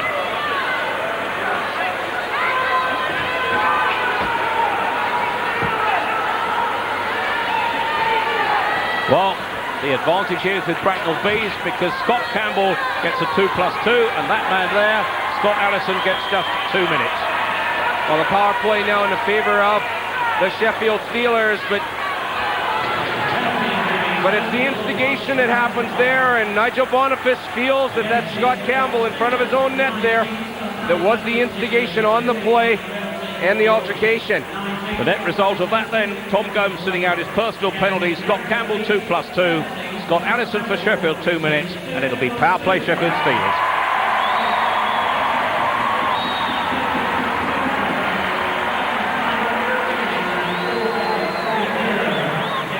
Certainly a lot of confrontation by both teams. Anytime that the referee Nigel Boniface has made a call here this evening, the players have been over him, the captains, I should say, asking questions. Well, it looks as if the Scottish Eagles are certain of a place in the final. They now lead the Nottingham Panthers by 6 goals to 2. Already Purdy, Scott Young and Barham had scored. Carrie Pieter's got 2 and John Parko 1. The 2 goals for Nottingham Panthers from Jamie Leach and Michael De Angelis. Air leads 6-2, and that's now 10-6 on aggregate. I beg your pardon, Nottingham, of course. Nottingham. Back here. which is, of course, Bracknell. And it's Sheffield who are on the power play. This is Ron Schuber in possession. Goaltender Mark Bernard decides to hold on to it tight. Game, plenty of stoppages at the moment. We're only just halfway through. Well, Mark Bernard making another glove save, and I can remember the last time that these teams played before us, Tony. Remember that glove being new. He's obviously broken it in now, and it's doing a job for him, eh? Well, Jim Fuyarchuk. The back there. Bracknell coach. But now the action is deep in that Bracknell zone as they're being forced back on this Sheffield power play. They can clear the puck right up the ice, of course. May produce an icing call. And now Sheffield to rebuild from the back with Tony Hand. Good piece of forechecking there. This is Ron Schuber. Priestley switches play. Bracknell dump it back into the corner, and again Sheffield have to start from here with Ken Priestley.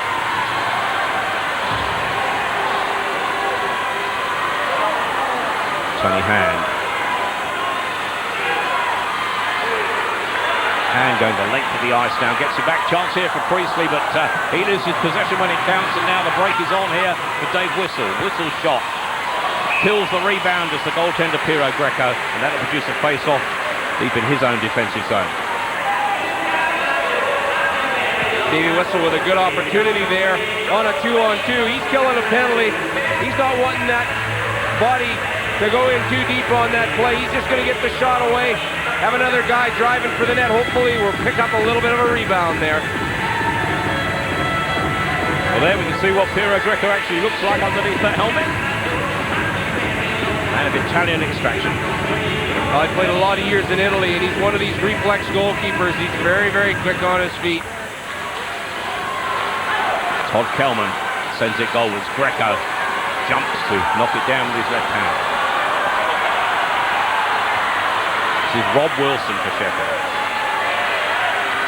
Spreads it left to Priestley. Priestley, of course, now wearing a face mask, having had that cut earlier on.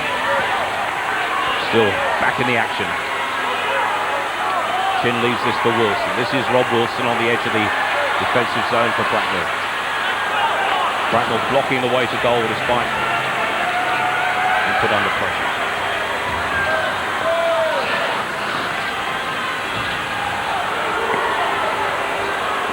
Cranston knocks it down. Good interception for Bracknell this time.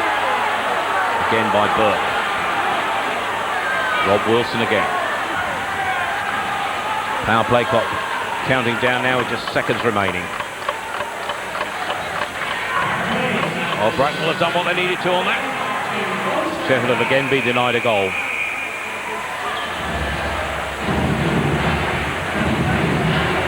This is Brian Pellerin there, of course. 2 goals to his name tonight. He'll be proud of those. Well, what a job he's done for his team. You know, anytime he scored 2 goals in a big game, I tell you, you're worth your weight in gold. We know what players are like that around the league.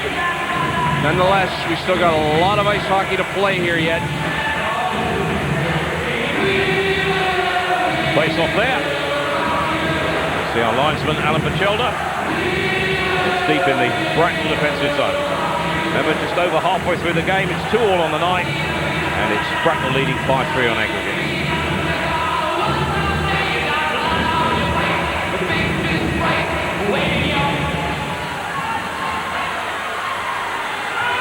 Puck comes loose as Bracknell get the break and clear their defensive zone. Ron Schuber with the interception for Sheffield, knocks it forward. Plummer with the interception, support him from Kovacs. Great chance for Grant Kovacs. Junkin getting back to deny him space.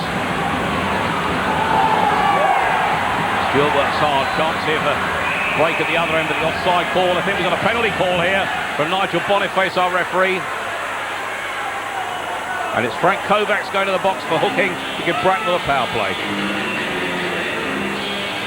Well, up on high is Dave Morrison. Dave, a penalty that Sheffield could do without. Can they get back in this game?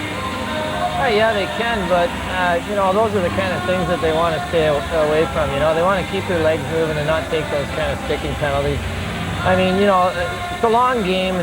just over halfway, but they got to get it going again. The game's really slowed down, and they want to pick up the pace and put the heat on again.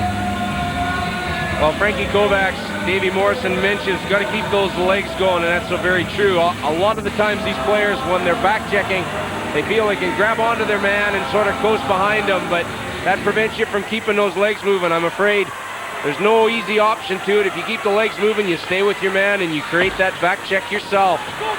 Well, it's now Bracknell who can get forward. Fuyarchuk loses possession. Rob Stewart gets it back. And eventually cleared up into the crowd here.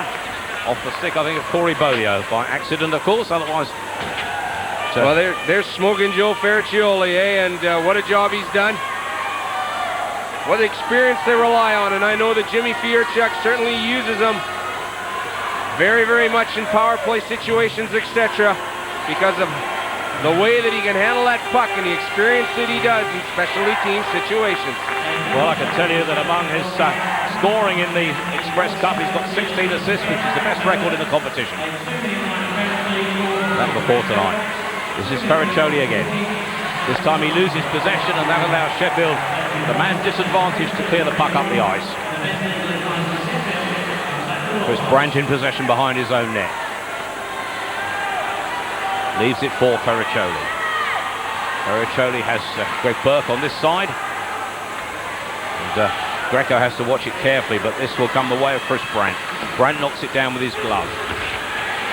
Nottingham look for the break. Still good work here by Rob Stewart for Bracknell. Here's switch play left. Dave Whistle goes in. Comes back there to Stewart. Chris Brandt is back here on the blue line. They will look to try and get the shot away. Knocking it around and creating space. Patience is the name of the game here at the moment for Bracknell Bees.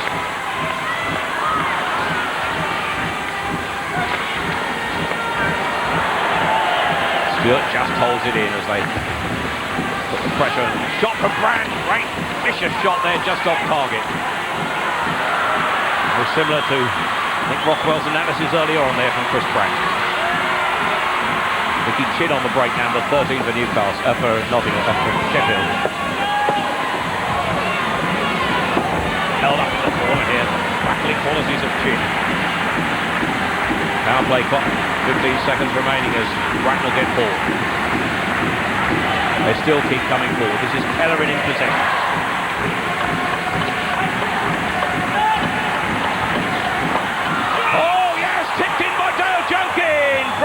Singing, Dale Junkin at close range as the shot went goalwards just as the man was coming back on the ice.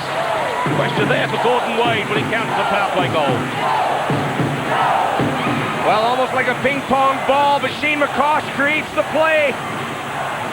Oh, it comes off of Piero Greco's back of his skate and goes into the back of the net, but I'm just wondering whether that's touched. I think that was touched. Certainly by Colin Ward as it went in from Shane McCosh here. Bit of an innocent play, and unfortunately for Piero Greco, hits the post, hits his skate, and goes into the back of the net. The goal credited to Shane McCosh. It was Piero Greco's skate that got the last touch. Dale Junkin was trying to claim it, tipping it in, but it was Shane McCosh who counts and scores the goal, and that provides McCosh with his 12th of the season. Bracknell leads 3-2 on the night, and now they've restored a 3-goal advantage.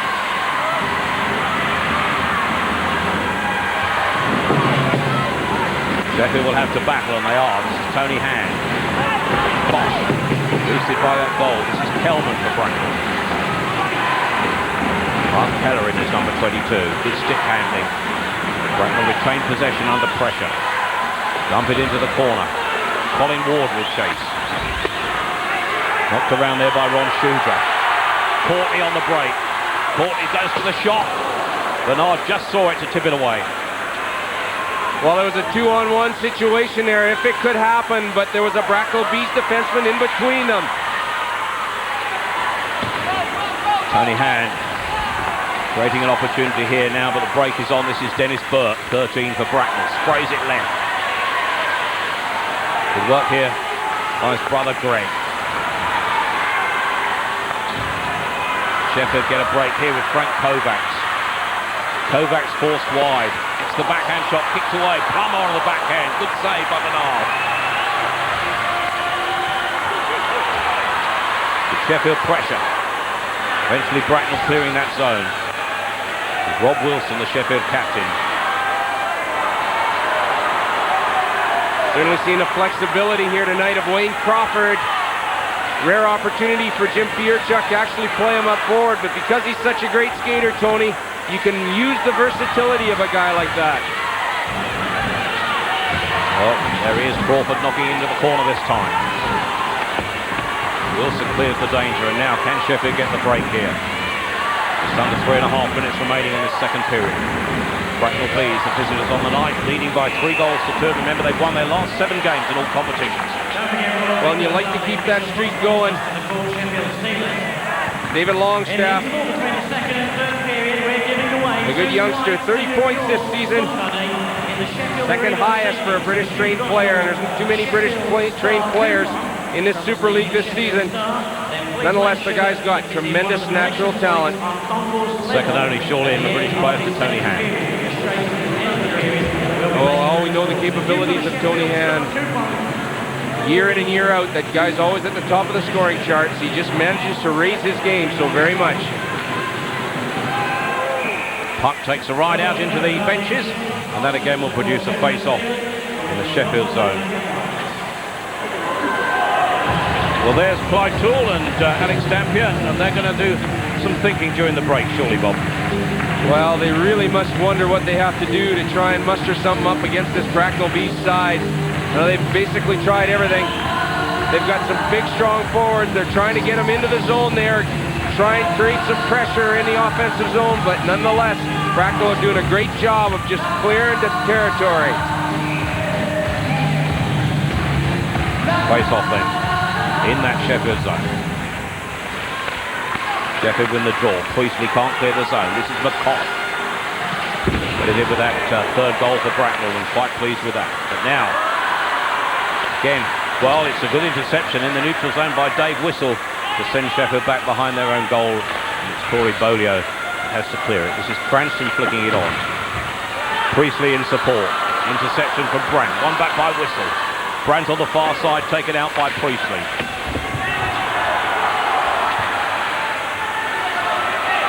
John Monty on the break for Sheffield. Nicky Chin in support. Chin goes for the shot, takes a deflection off the skates of Scott Campbell, and Bernard kills it stone dead. One of those new masks there, Mark Bernard. Tony, he's got to go into our competition. Here's a play by Nicky Chin, just going into the zone. There's Kenny Priestley, looking for some sort of a rebound.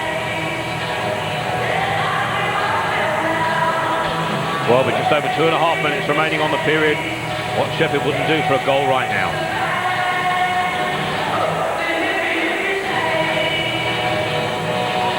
Well, this is a great building to play in, I know that, and plenty of room out there for these guys, awful bright and that sort of thing. They've got no complaints whatsoever. And the atmosphere is always tremendous. Well, the noise in this place alone should inspire the players. Face-off then is in the Bracknell zone here, with Bracknell leading by 3 goals to 2. Shooter goes for the shot, kicked away by the goaltender. Mark Bernard is having a fine game for Bracknell tonight. As are his men up front. This is Junkin trying to create an opportunity. Goes for the shot, takes a deflection. This is Mike Ware for Sheffield. Cranston is number 4. He will knock it around the boards. Chin looks for support. Eventually manages to clear his defensive zone and keep battling.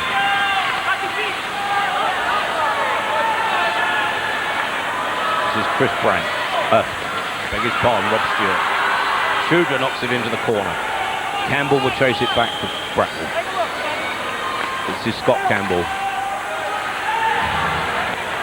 Bracknell knocked the puck up the ice, waved on by the officials, which means that Sheffield have got to start from the back. Here they come with Rob Wilson. Tony Hand gets the pass. Hand has got Scott Allison moving in front of the crease. Hand goes for the shot, kicked away there and clearing the zone. Good football work this time. Bracknell Bees by Wayne Crawford. Penalty call here. And it's Crawford, I think, that's going to go to the box this time. And Sheffield will have a power play with just under 1.5 minutes of the period remaining. Wayne Crawford not very happy with that call. Well, there's the hook going on Big Ed Courtney as he's going into the offensive prone there. I'm afraid there's no place to hide when that one happens. Puts the hook in. You got to keep track of a guy like Ed Courtney, second top scorer in the league. When he gets around that net, he can certainly fire it. Well, Wayne Crawford will sit out 2 minutes. Sheffield have got the big guns out, and that powerful forward line now as Scott Allison, Tony Hand and Ed Courtney. Ken Priestley back on defence with Rob Wilson looking for the opportunity from the blue line.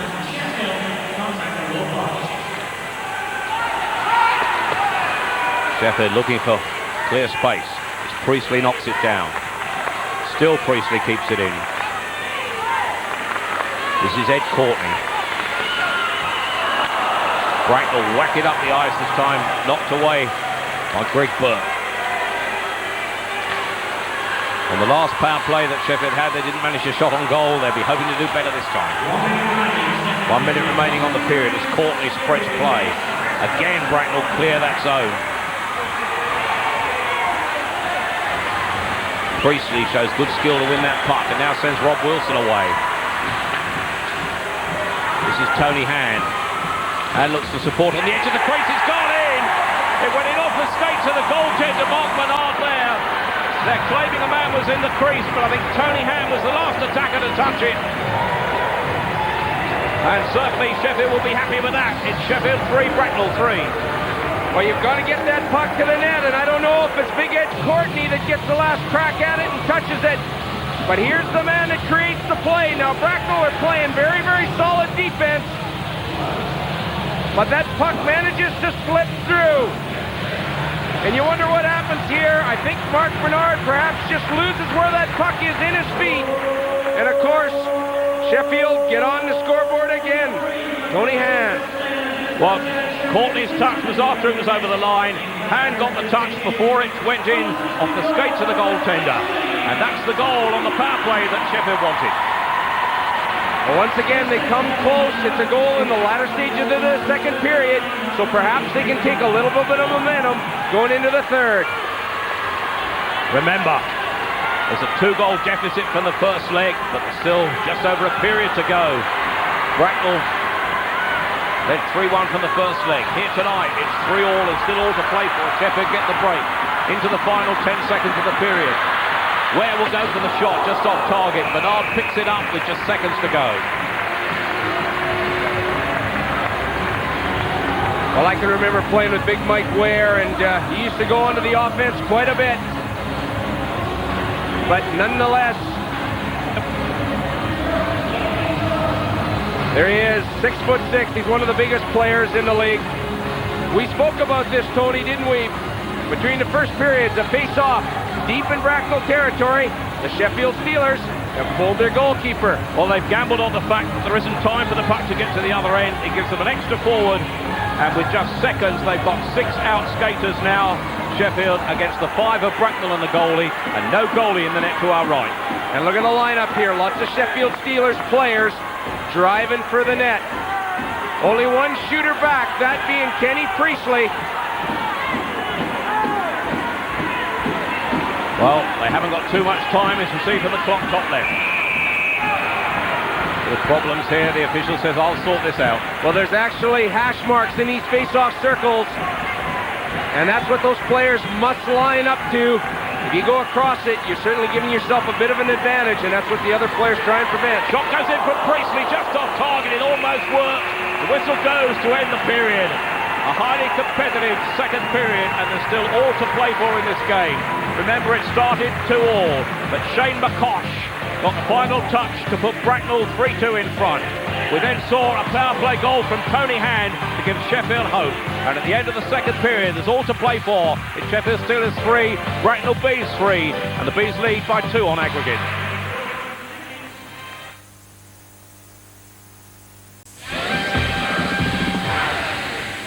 More live ice hockey coming up on Sky Sports on Saturday. We're back here at the House of Steel. The Sheffield Steelers taking on the Manchester Storm in the final weekend of Super League action. Those teams, of course, fighting out for places going into the playoffs. 6:30 on Sky Sports 2. Right now, though, it's Express Cup action. It's the second leg of the semi-final between the Sheffield Steelers and the Bracknell Bees. And that's how it stands after 2 periods of intense action. It has to be said, 3 goals apiece. The Sheffield Steelers still out-shooting the Bracknell Bees, although you wouldn't really know it if you looked at the game, Dave Morrison, because the Bracknell Bees went into that period again looking very strong, got the first goal.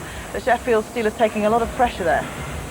Yeah, they did, and it was a bit of a let-up from the first period, but the period slowed down itself. There was a lot of whistles, and that probably played into Bracknell's hand, you know, with all those whistles and them playing a defensive game and trying to capitalize on their counter. So let's have a look first at the goal that was disallowed. The Burke goal goes in the crease here. Talk us through this one. It's a tremendous play by Wayne Crawford here. He just makes a delay over the blue line, goes across the ice, turns around and throws it right back. And now he just makes a quick shot on the net. And I mean, Berkey there got a little close into the net and tied up Greco, and they called the interference. So of course that's what the problem was there. Gomes in the crease. No protest really from the Bracknell players on that one. No, there wasn't. So I mean, obviously it was the correct call then. McCosh then did get one for the Bracknell Bees to make it 2-3. Yeah, again, it's I think this was a power play goal here, and he just sort of gets the shot to the net, and bad break for Greco there in net. He just came off the post, hit his skate, and went back in. Was that something Greco should have got to, do you think? Well, I don't know. That was tough. He had some traffic in front of him, and you know, it's tough for a goalie when you don't have a good clear view. So no, I don't think so. It was just a bad break. Sheffield Steelers did get their break to make it 3-3. The man who got it, of course, the leading point scorer in the Super League, Tony Hand, with this tremendous effort. Yeah, it is, and you know, he's really skating here. He's got things going, and he sees Big Courtney going on the other side of the net, and another break in the game. It just kind of deflects in off Bernard's stick there, but that's exactly what Great play leading up to the goal there. Sheffield must take heart from that going into the break. They've come out now, they've still basically were level as we were at the beginning of the game, 3-3. They think that perhaps they can get those 2 goals back in this next period? Oh, I think so. You know, they just need a break. They need to get the next goal, obviously. I mean, they've come behind 3 times now, and they just need to get ahead, and when they get ahead, I mean, that's going to make Bracknell a bit nervous, and then anything can happen. Thanks very much, Dave. Well, let's hear from the man who knows what the team plan is. The captain from the Sheffield Steelers is talking to Nick Rothwell. Rob, great time for Tony Hand to pot one for you. You know, it was desperate for us. We needed one there. You know, we're already 2 down in aggregate, so we needed to come into this period even, and it's been a hard-fought game so far. They're playing really well, and we just got to keep going. So a couple more goals down. It's not over yet, is it? Oh, it's far from over. You know, we got a lot left, and we're just hoping to catch a couple of breaks, and we got one there, and if we can catch one early, you know, anything can happen. Thanks a lot, Rob. No problem.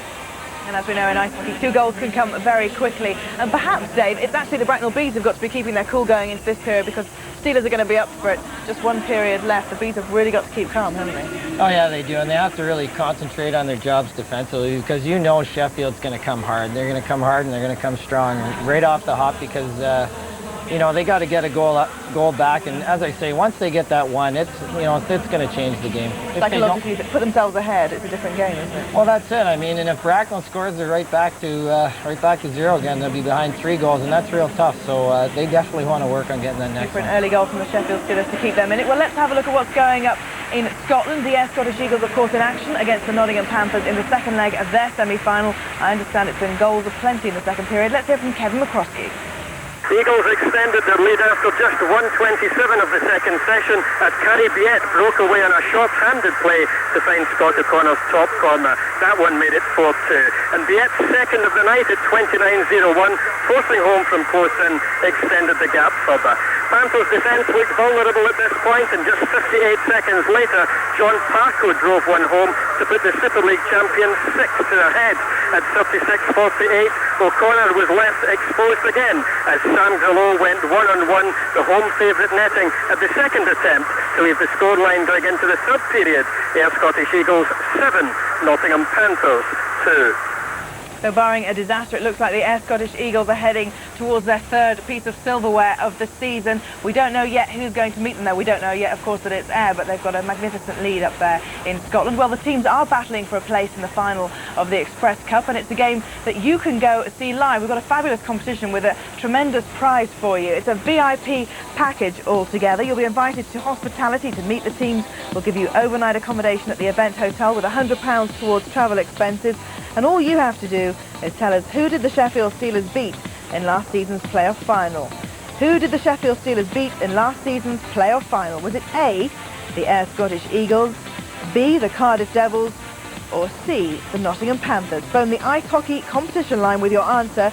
This is the number 0891 665580, 0891 665580. Calls will cost you no more than 25 pence. And do remember to ask permission if you don't pay the bill. The closing date is Friday the 20th of February at 4 o'clock, so good luck on that one. Well, now for something completely different, because the Sheffield Steelers wives and the Cardiff Devils wives got together to raise some money for charity. The way they did this, they decided to have a two-legged ice hockey competition. The wives playing, that is, and Nick Rockwell, of course, went along for the entertainment. It was busy as usual in the Cardiff dressing room as the Angels prepared for their big game. The main aim, of course, to raise money for the NSPCC. This is quite serious stuff. Fortunately, there were plenty of Devils there to lend a hand with the preparations.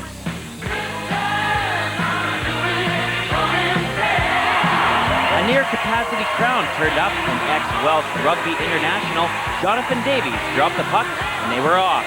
The wives had been practicing for 6 weeks, and it was the Steelers who opened the scoring through Janine Roberts. The magic of the Tony Hand shirt was wearing off, as she also became the leading goal scorer and soon grabbed a hat trick. The Angels had their fair share of chances, and Greco was equal to this shot from Shellard. Sheffield, though, dominated and took an 8-goal lead into the interval. The Angels' spirits were lifted, though, with a unique rendition of Spice Up Your Life. 5 of the Cardiff Devils turned into the Spice Boys.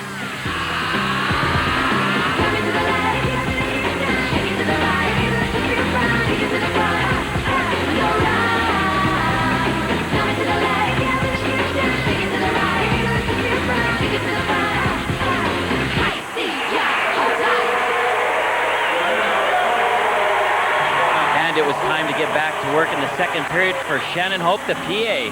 There were more goals for Sheffield, which left tempers flaring on the ice, and referee Ken Hodge had his hands full. And a late consolation goal for Cardiff with a superb effort from Terry Churchelli made the final score Cardiff Angels 2, Sheffield Steelers wives 12, and that capped off a successful night. We think we've raised around about £5,000, if not more. We're not sure. We've got to add it all up, but I mean, it's just been fantastic. We went out there and we were really nervous. There was a virtually sellout crowd, and it's just been phenomenal. Everyone's been great. We're having a great party here in the dressing room. We scored 12. We have 12 more for them at the Sheffield Arena the 20th of February at 7:30 face-off. The tickets are on sale at the box office. They're £2 each and £5 for family. We're waiting for you. I don't think I need to remind you of when that is. It's indeed on Friday here at the Steelers home base, and see if you can come along to watch and support that. Sincere support the charity that they're playing for. Dave Morrison, I don't suppose you fancy taking on those women, would you? No, not at all. I meant the Spice Girls. Oh. No, I don't know. They look kind of familiar, actually. You recognise them. Well, it's actually serious stuff here, because the Express Cup semi-final here, and after 2 periods, it's 3-3, which Dave Morrison is how we started the game, level. 2 goals ahead, the Bracknell Bees. Very important that they can keep tight when they come in the first few minutes of this next period, isn't it?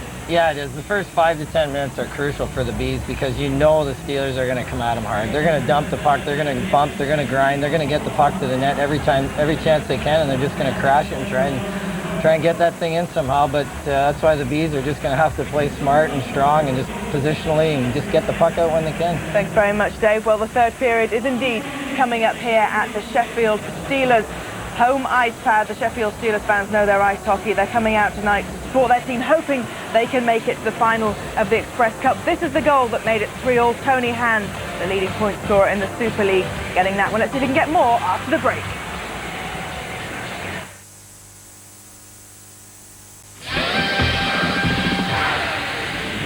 With live basketball coming up on Sunday night, the London Towers take on the Birmingham Bullets. That's Sunday night, 6:30, straight after Super Sunday Football on Sky Sports 1. Right now, though, on Sky Sports 2, Sheffield Steelers taking on the Bracknell Bees, the second leg of the semi-final of the Express Cup. A place in the final is at stake. That's next Thursday in Newcastle. Right now, we've got the third period, so let's join our commentary team of Bob Carroll and Tony Millard. And we start the period at 3-3 here tonight, and that means that Bracknell leads 6-4 on aggregate as Nigel Boniface, our referee, drops the puck and Bracknell get possession straight to the face-off to Shane McCosh, number 77. Sheffield get forward. Break is on into the neutral zone. Pellerin knocks it forward. Cover round the back of the net. Sheffield now pulls it out. Still McCosh gets forward, denied possession. That's into the neutral zone. Now Bracknell will stay calm. Junkin knocks it forward on the backhand. Chance at the break for Sheffield. A great effort. Oh, the goalie doesn't hold the shot from Courtney, and it goes just wide. Still Sheffield push forward. Intense Sheffield pressure. Tony Hand can't get his pass away. This is Hand again. Still they battle. Ron Shudra gets forward. His shot charged down, but eventually Bracknell will clear this now. Dumped into the corner by Brian Pellerin. As his team to change, so too part of the Sheffield lineup. Rob Wilson gets forward for Sheffield.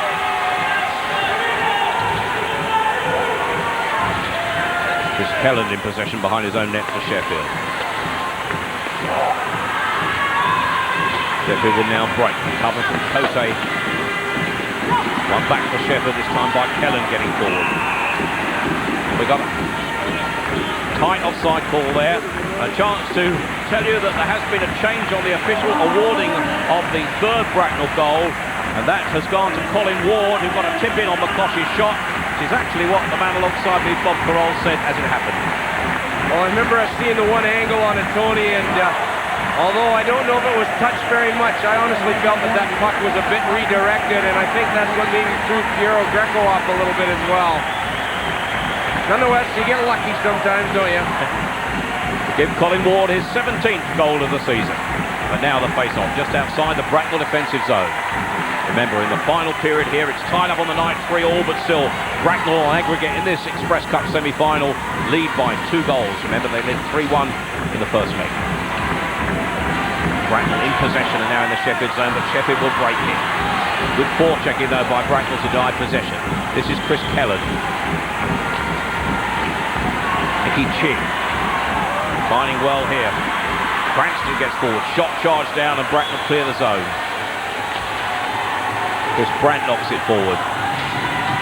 Bracknell will now change as the puck is at the far end of the ring. Here is Rob Wilson, the Sheffield captain. Kovacs on the break. Outnumbered but still pushing forward.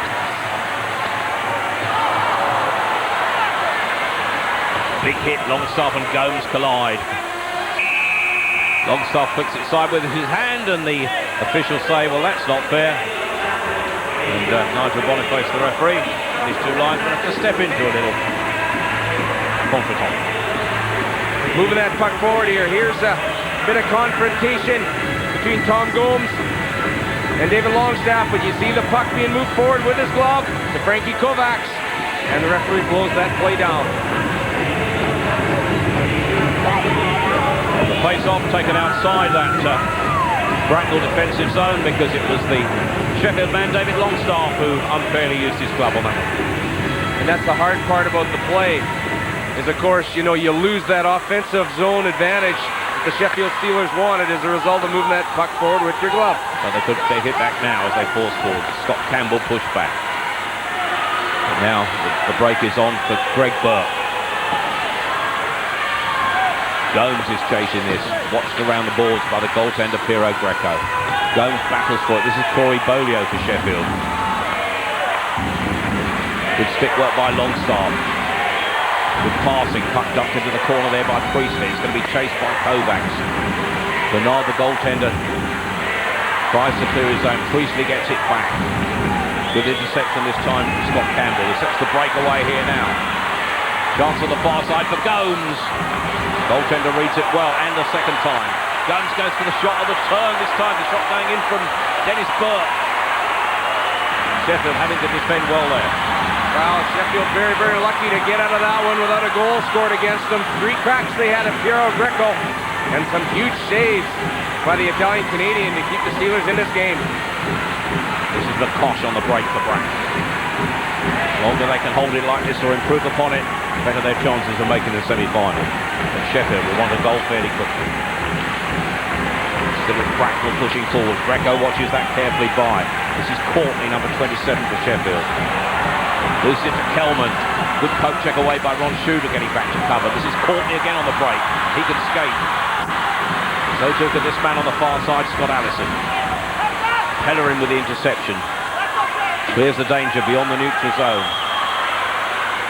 And that will produce an icing call and a face-off in the Bracknell zone. Well, there's the Sheffield third period record, and that augurs well for the possibility of getting out of this with something. And they're one of these teams that if they get up a goal on you, they're very, very, very hard to bring back again. In other words, once they get that lead, look out, fellas. We're in for some action, but they've got to get 2 here. Well, there are the Bracknell fans. They've made the long trip. They're hoping to make the final next week. And of course, so too are those from Sheffield.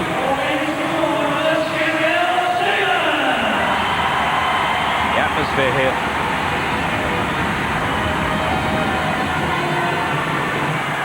Face off then deep in the Bracknell zone. One by. In the end, well, Bracknell Bees get the draw back and Cote fires it around the boards. The icing call will again take the action deep down to that Bracknell zone. Chris Brandt recently coming back from Holland, where he played with a national team over there. He actually, I think, showed up just minutes before a game was supposed to start against the Basingstoke Bison. Nonetheless, he enjoyed the experience. They played against Denmark and Slovenia and one other side. I'm not sure who they were. But he felt that that's a very, very good experience for his career.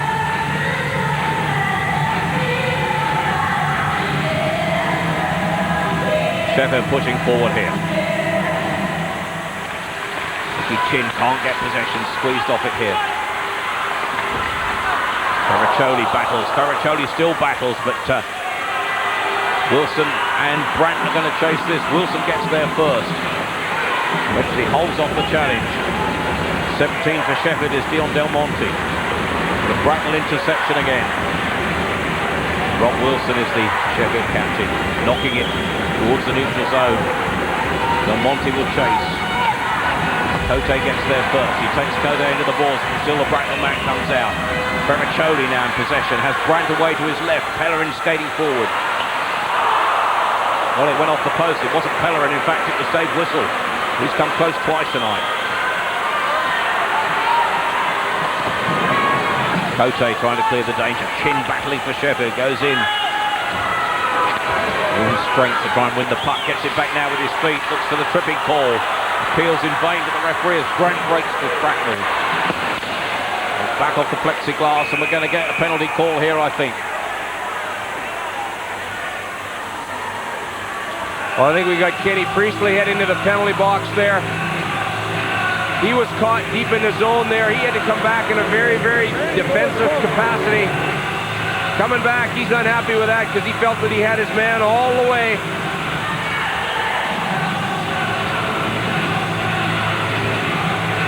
We get an opportunity here. The Bracknell Bees coming down. There's a 2-on-1 created. Dave Whistle unlucky not to score the goal there because he had Piero Greco going the other direction. That's that post helping out the goalkeeper. Here's a look at the roughing call.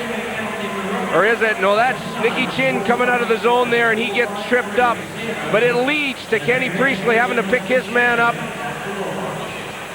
And of course, Chris Brandt gets the shot away, but Kenny Priestley gets the roughing call. Looking at that, I think that Sheffield might think they're unlucky because Chin thought he won the penalty call. In fact, in the end, it was a Sheffield man to the box, and now Bracknell on the power play.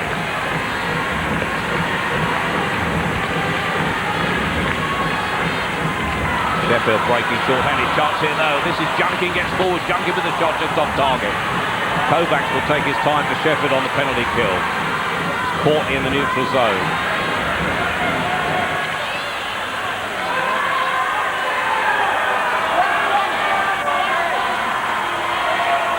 McCosh getting forward again.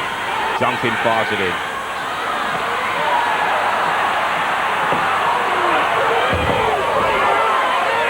Is joined as Sheffield are forced back, but Sheffield needs to score goals to get back in this.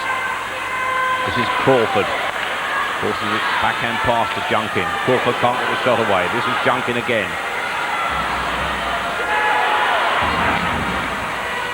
Charge down, and again Sheffield clear the danger into the neutral zone and beyond. Just under a minute remaining on the power play. This is Joe Fuyarchuk. 45 seconds counting down. Well, there's offside call over there. Somebody went in just a shade too quickly, and Joe Fuyarchuk held onto the puck, and that produced the face-off in the neutral zone. Well, old Smoking Joe there, he had a head of steam up. And he thought, I'll just go the whole way here and get in the zone, but unfortunately his man just went in offside there and didn't manage to get back in time before Joe crossed the blue line with that puck. Well, there's Joe. Touch of Italian in the looks there on them. Oh, certainly is. He now lives in South Carolina with his wife during the off-season, and he certainly enjoys himself down there. The weather's great.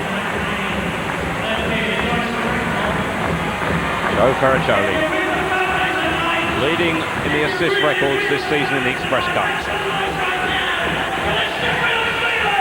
But it's Bracknell Bees on the power play now. Chris Grant fires it right. Rob Stewart knocks it in.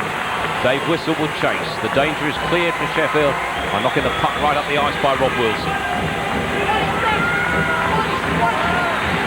This is Tom Jones combining well here with Dave Whistle. Grant getting it forward. Round the balls it goes. 16 for Bracknell is Rob Stewart. Penalty clock, you can see it counting down. Ken Priestley is back on the ice. Sheffield have improved their penalty killing record and are now back to strength. And there was no shots on goal by Bracknell during that. The Sheffield fans screamed for a penalty, but the chance there on the edge of the crease bounces around, knocked away by Mark Bernard, the Bracknell goaltender, under some pressure. That produced an icing call.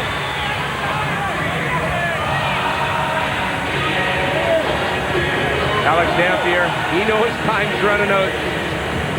Can they get something going here? We need a goal most certainly very quickly. Just over 12 minutes remaining. Their fans are not daunted. They think they can.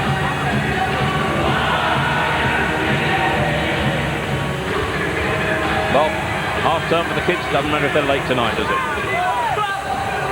I guess we can probably stay out late ourselves, Tony, eh? Long journey home. Face-off then, deep in the Bracknell zone. Sheffield have their big guns out. That line of Addison Hand and this man Ed Courtney. With interception by Junkin. Ward has the break here. He has support from Pellerin. Ward's going for the shot. Goaltender Pira Greca slid across in front of his net and kept them at bay, and now Sheffield have the break.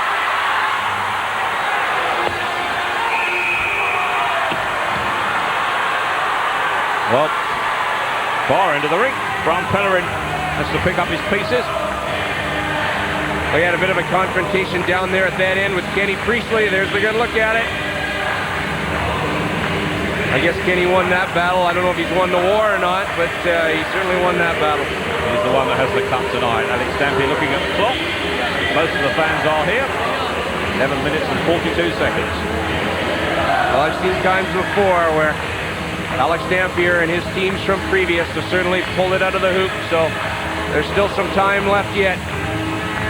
Time in ice hockey to score goals is not a great deal. It can happen very, very quickly.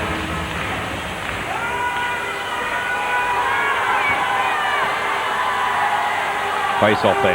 Draw one by Bracknell Bees. Junkin will go for the shot. Goaltender and one more. Charge it down, and now Sheffield get the break. We've got another cutaway to our left here. Dale Junkin it is that's caught a stick on the far side. Towel is required. And Bracknell don't like this. Well, such a prolific goal scorer, Dale Junkin.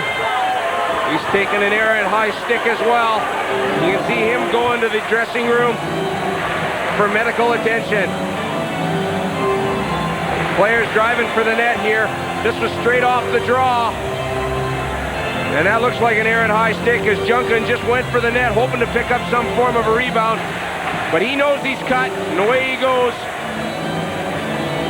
Looks like it possibly is in the mouth area. Well, Bracknell will have to do without him for a while.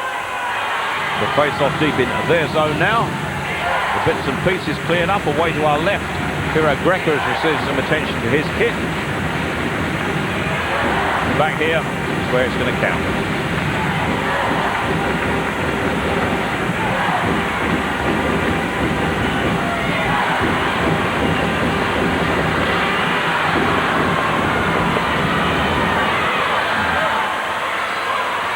This is Mike Ware.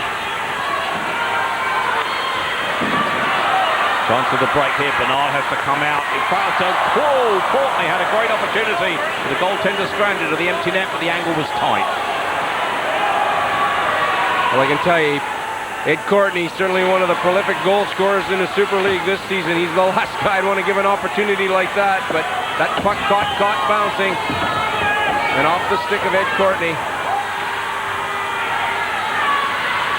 But with just over 10 minutes remaining, Bracknell will be content if they can hold Sheffield scoreless in this period. It will take them through to that final.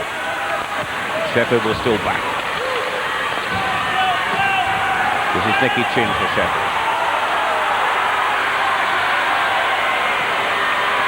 Chin goes all the way. Chin goes all the way. Good poke check by the goaltender, and now the break's on for Stewart. This is Chin again. Good defensive work by Matt Cote. Puck held up against the boards now. Break is on here now. This is Joe Ferriccioli. Ferriccioli will check back. Better safe than sorry now for Bracknell.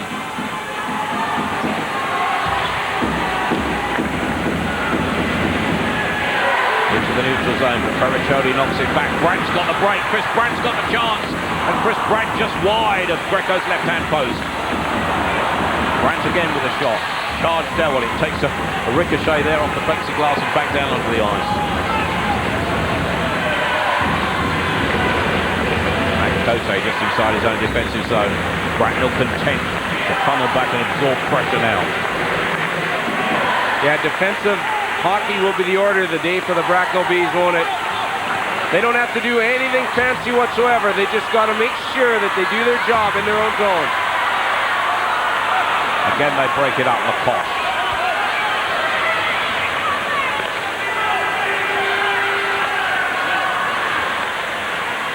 Sheffield then, moving forward with a purpose this time. Good work here again by Del Monte. Where it is that knocks it forward. This is Lacoste. Bracknell again get forward, and they're out shooting Sheffield in this period. Sheffield have to get forward and have to create the chances. Great work there by Tommy Plummer. Knocking it into the corner. But still the cover is there. Hellman this time for Bracknell. Mike Ware. Ware switches play, but again Bracknell absorbing the pressure on the blue line. Sheffield making little headway. Strict instructions from Jimmy Fuyarchuk and the Bracknell bench. Fellas, let's not let the Sheffield Steelers gain their offensive zone. Let's try and put that wall up just before they cross our blue line. Force them to dump it in.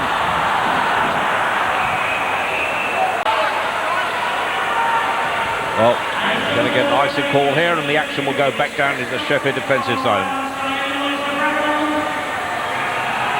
Well, perhaps tonight, Sheffield 3, Bracknell 3. Bracknell leads 6-4 in aggregate, and time is running out for the Sheffield Steelers. And latest news from Ayr, we have a scoreline for you. Ayr 11, Nottingham Panthers 4, and Ayr leading 15-8, are certain of a place in that final.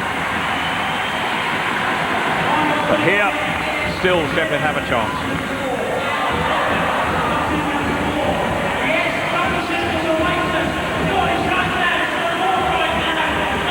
Tony Hand, number 16 there. Big part for Sheffield Steelers, but he needs to play an even bigger one to get them back into this game. They need to win, remember, by 2 clear goals to force it into overtime.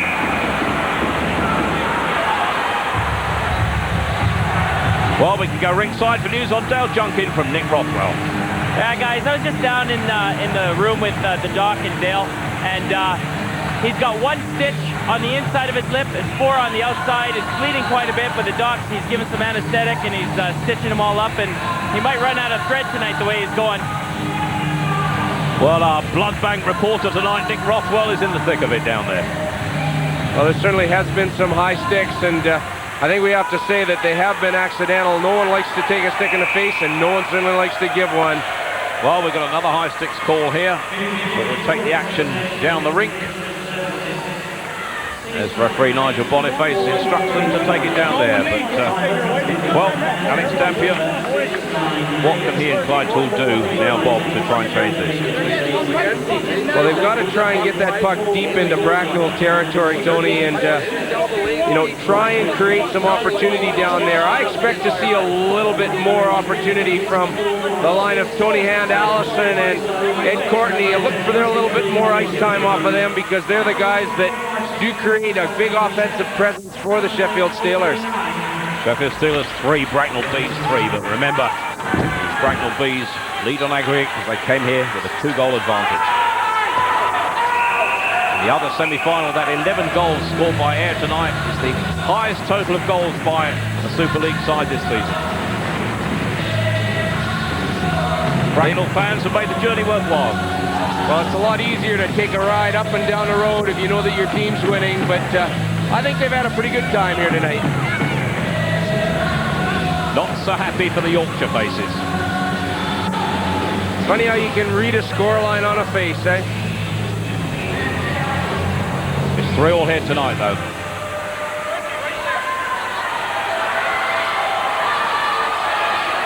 Situation here tonight is that there would only be overtime. Of course, it was level on aggregate, but there's a little way to go yet. Bernard kicks the effort away. This is Burke. Greg Burke. Courtney wins possession here. Oh, Priestley had the opportunity there with a goal at his mercy, and the goaltender flat-footed. Somehow went wide. Still the pressure is on. Courtney on the pass from Tony Hand, having a great chance. Still they battle. This is Scott Allison. Tony Hand will collect the loose puck here. Good defensive work from Bracknell by Greg Burke. Captain Rob Stewart helps out as well. Shooter tries to spread play and does to Courtney here. Courtney steps inside his man. Still they're battling. Sheffield going forward, and there, great chance here coming the way on the edge of the crease there. Well, certainly Tim Cranston was looking for the opportunity. Courtney's still on the ice. The rest of his line mates have gone. And eventually, the Posh it is that kills the puck stone dead.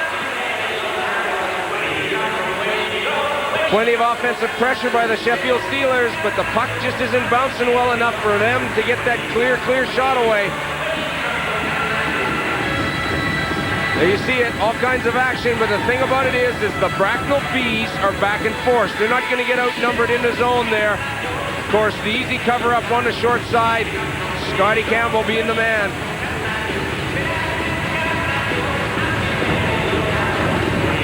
Well, as Bracknell fans, it's dancing time with just under 6.5 minutes remaining. But Sheffield will shortly throw caution to the wind.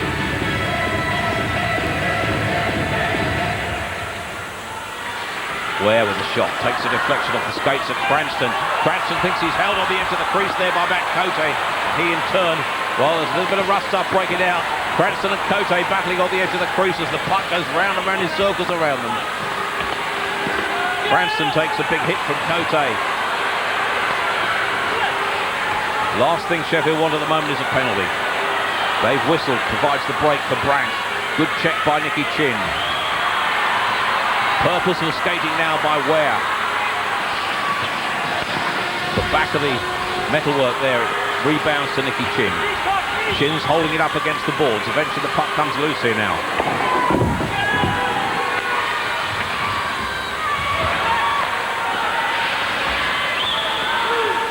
Knocked into the corner. The chase is on for Chin. Cote with the cover.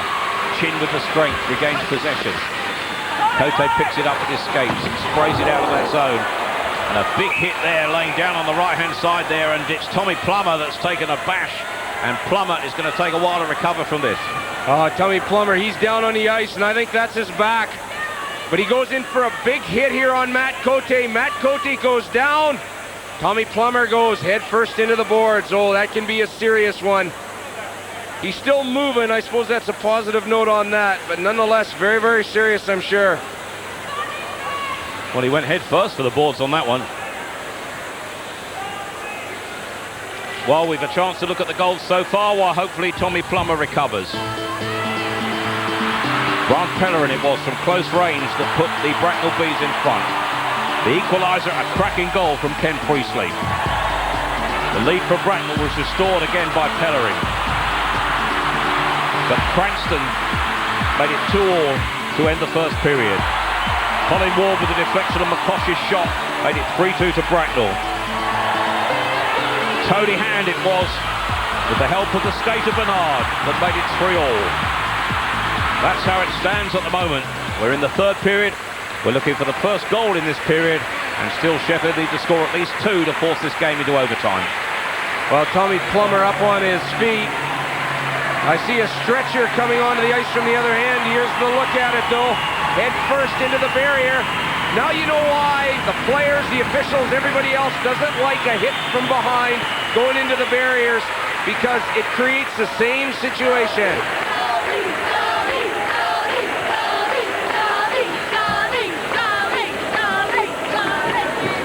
Well, Tommy Plummer is certainly shaken there. Once again, Matt Cote going down to avoid the hit. Tommy Plummer head first into the boards. But with just under 5.5 minutes remaining, face off in the neutral zone. Bracknell Bees ahead on aggregate by 6-4 over the 2 legs of this Express Cup semi-final.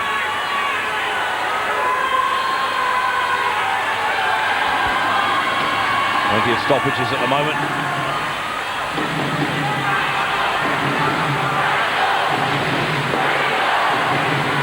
Sheffield pushing forward. Can they produce what really matters? 2 goals they need to take it into overtime. Bracknell clear the zone. One back by Corey Bolio. He knocks it into the corner.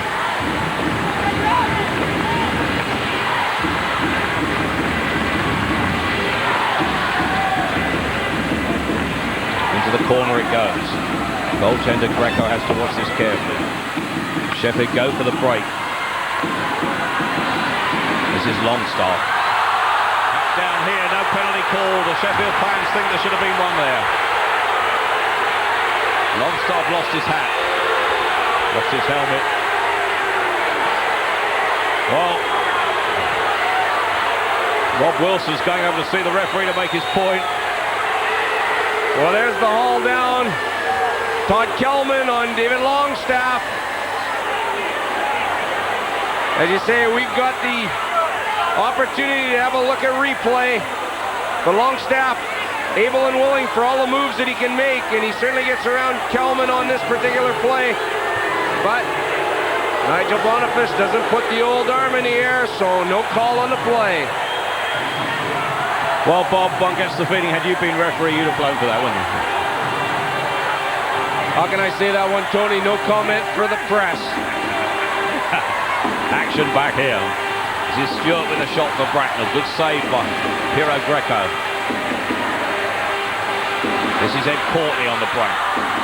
Can Sheffield produce a grandstand finish? Here goes Tony Hand. If anybody can, he can.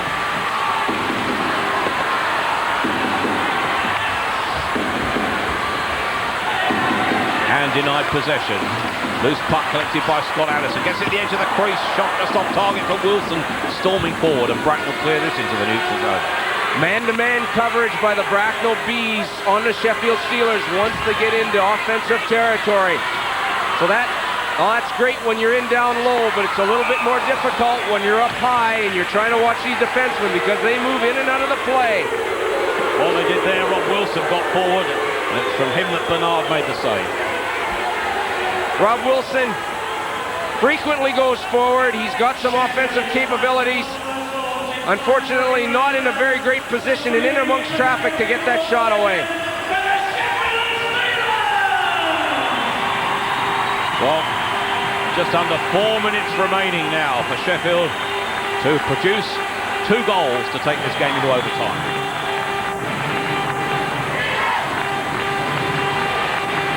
Face on deep in the Bracknell zone. Sheffield in the draw. Shooter with the shot, kicked away by the goaltender. Puck comes loose, just off target, the final shot in the end there. This is from Shooter. This is Cranston. Sheffield will break forward. Chance here, great opportunity here for Del Monte, will go inside. Del Monte with a shot, Bernard didn't quite know where it was, but smothers it well with his glove. We're starting to see some great passing by the Steelers, but Del Monte, we saw him drive to the net before, and I think that Todd Kelman felt that that was what was going to happen this time. But some good concentration by Mark Bernard in the nets there to nullify that shot, because that was going for the wide side. It was low. It had goal labeled on it.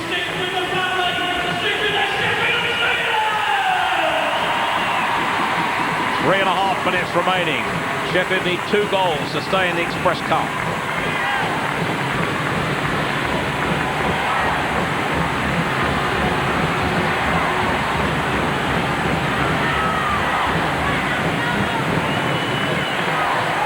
Officials trying to organise this. Crucial moments in this semi-final.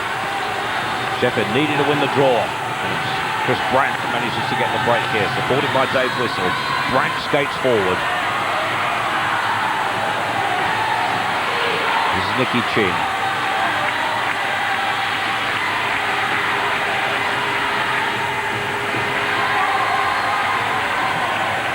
This is Mike Ware for Sheffield. So long as they pin back that end, Bracknell will be happy because they will be in the semi-final. This is Mike Ware setting things going. Shooter gets forward.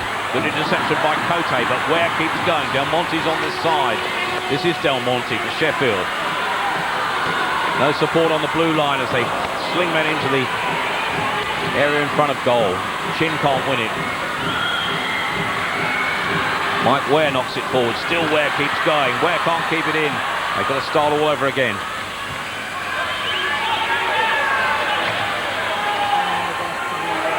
Bracknell are changing on the fly. Just under 2.5 minutes remaining. Flipped around the boards to Priestley, this time from Leon Del Monte. This is Ken Priestley. Again, Bracknell now can afford to lead men back and absorb the pressure. Colin Ward gets forward. Dumps into the corner. Time is on the side of the Bracknell Bees. 2 minutes remaining on the clock.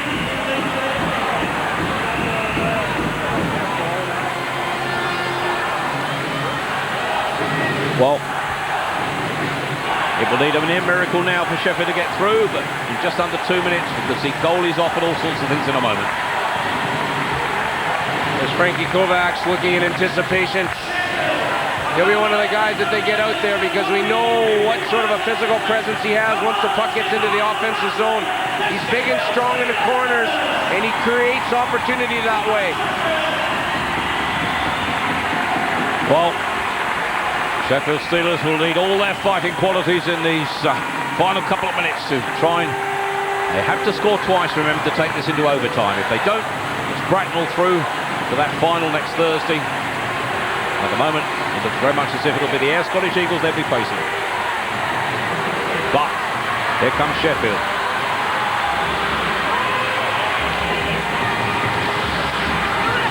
Puck held up in the corner. Sheffield have removed their goalie away to the left, and now the chance here.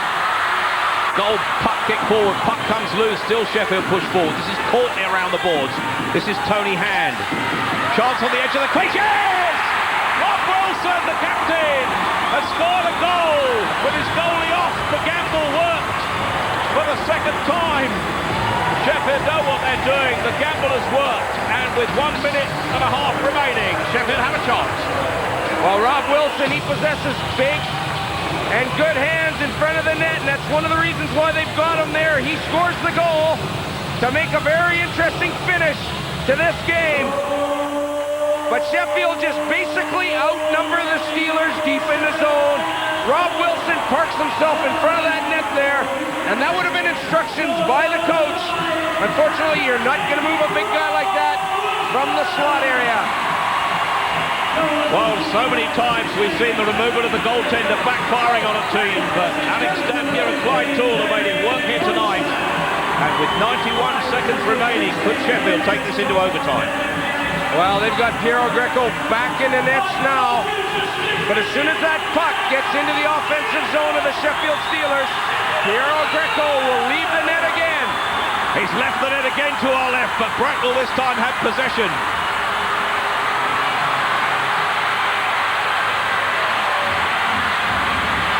Chance here for Bracknell on the empty net. Brilliant save by Rob Wilson, playing goaltender at the other end.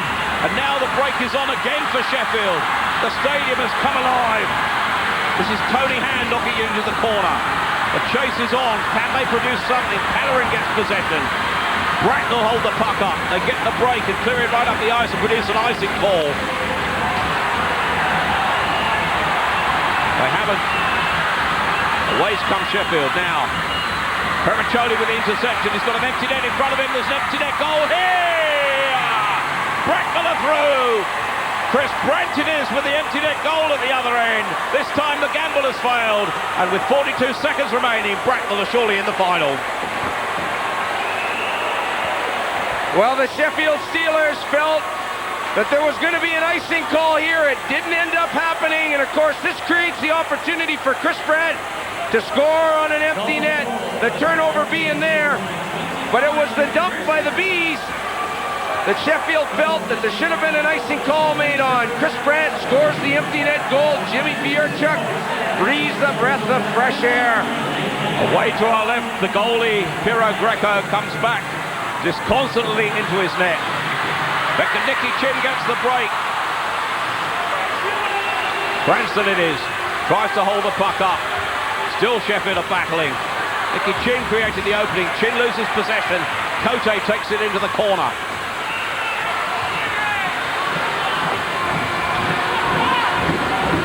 Kovacs gets possession. Shooter with the shot. Can't get the deflection. Again the goalie's gone off away to our left. As Sheffield send men forward. Shot goes in and Bernard battles. Men in the crease and with just 4 seconds remaining. Mark Bernard has been something of a hero tonight. Oh, he's come up with a big save. There's the guy you want shooting for you. That's Ronnie Shudra. He gets a crack on the goal there. Chin all around the net. All kinds of guys looking for a rebound. Drive for the net. That's what it's all about. But Bernard's hot once again and keeps that puck out.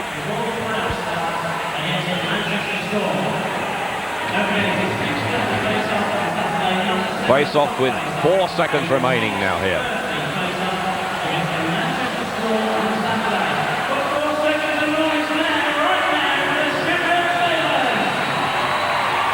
Puck cleared out of the zone, but the clock counts down and it's all over, and it's Bracknell Bees that go through to the cup final.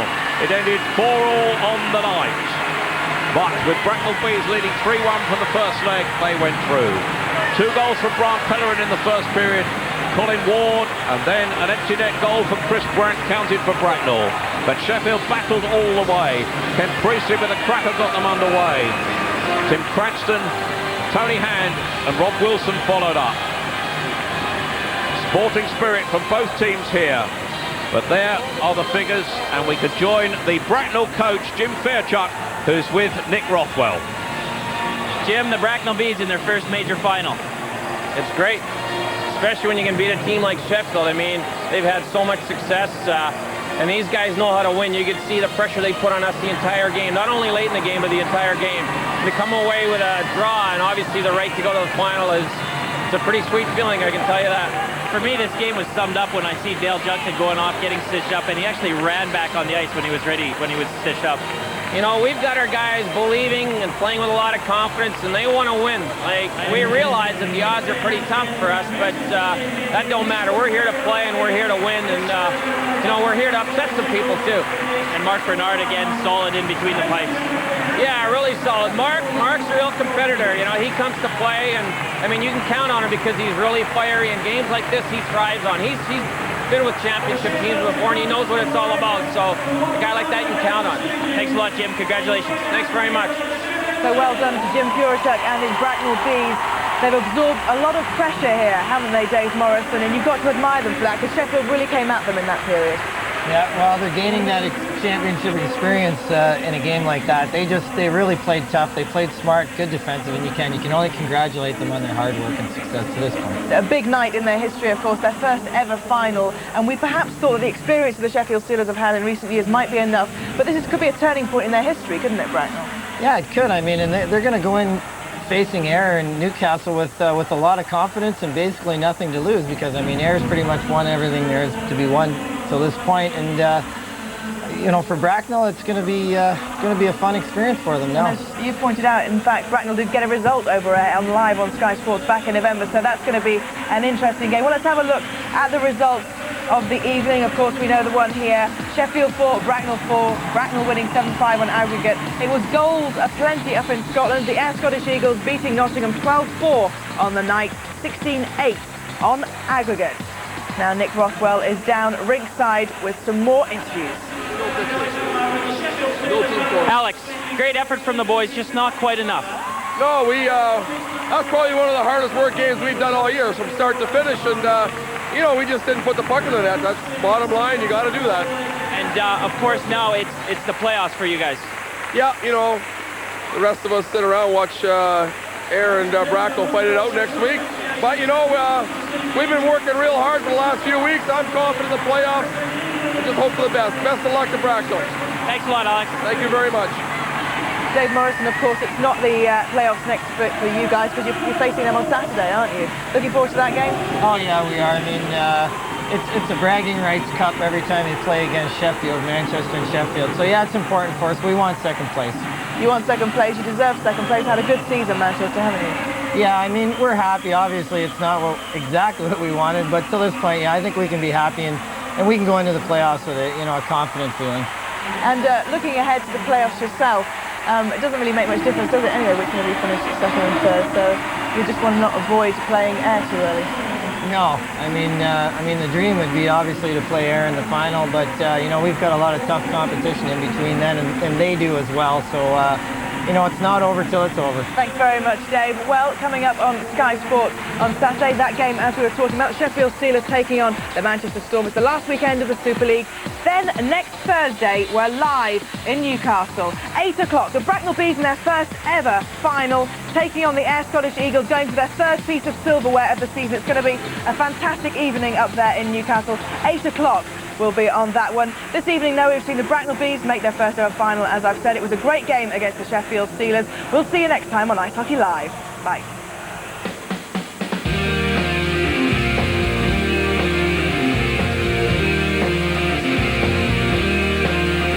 Well, I wonder what it's like to be the rainmaker. I wonder what it's like to know that I made the rain. I tore it in boxes with little yellow tags on everyone. And you can come and see that when I'm done, when I'm done. I wonder what it's like to be a superhero. I wonder where I'd go if I could fly around downtown, yeah. From some other planet.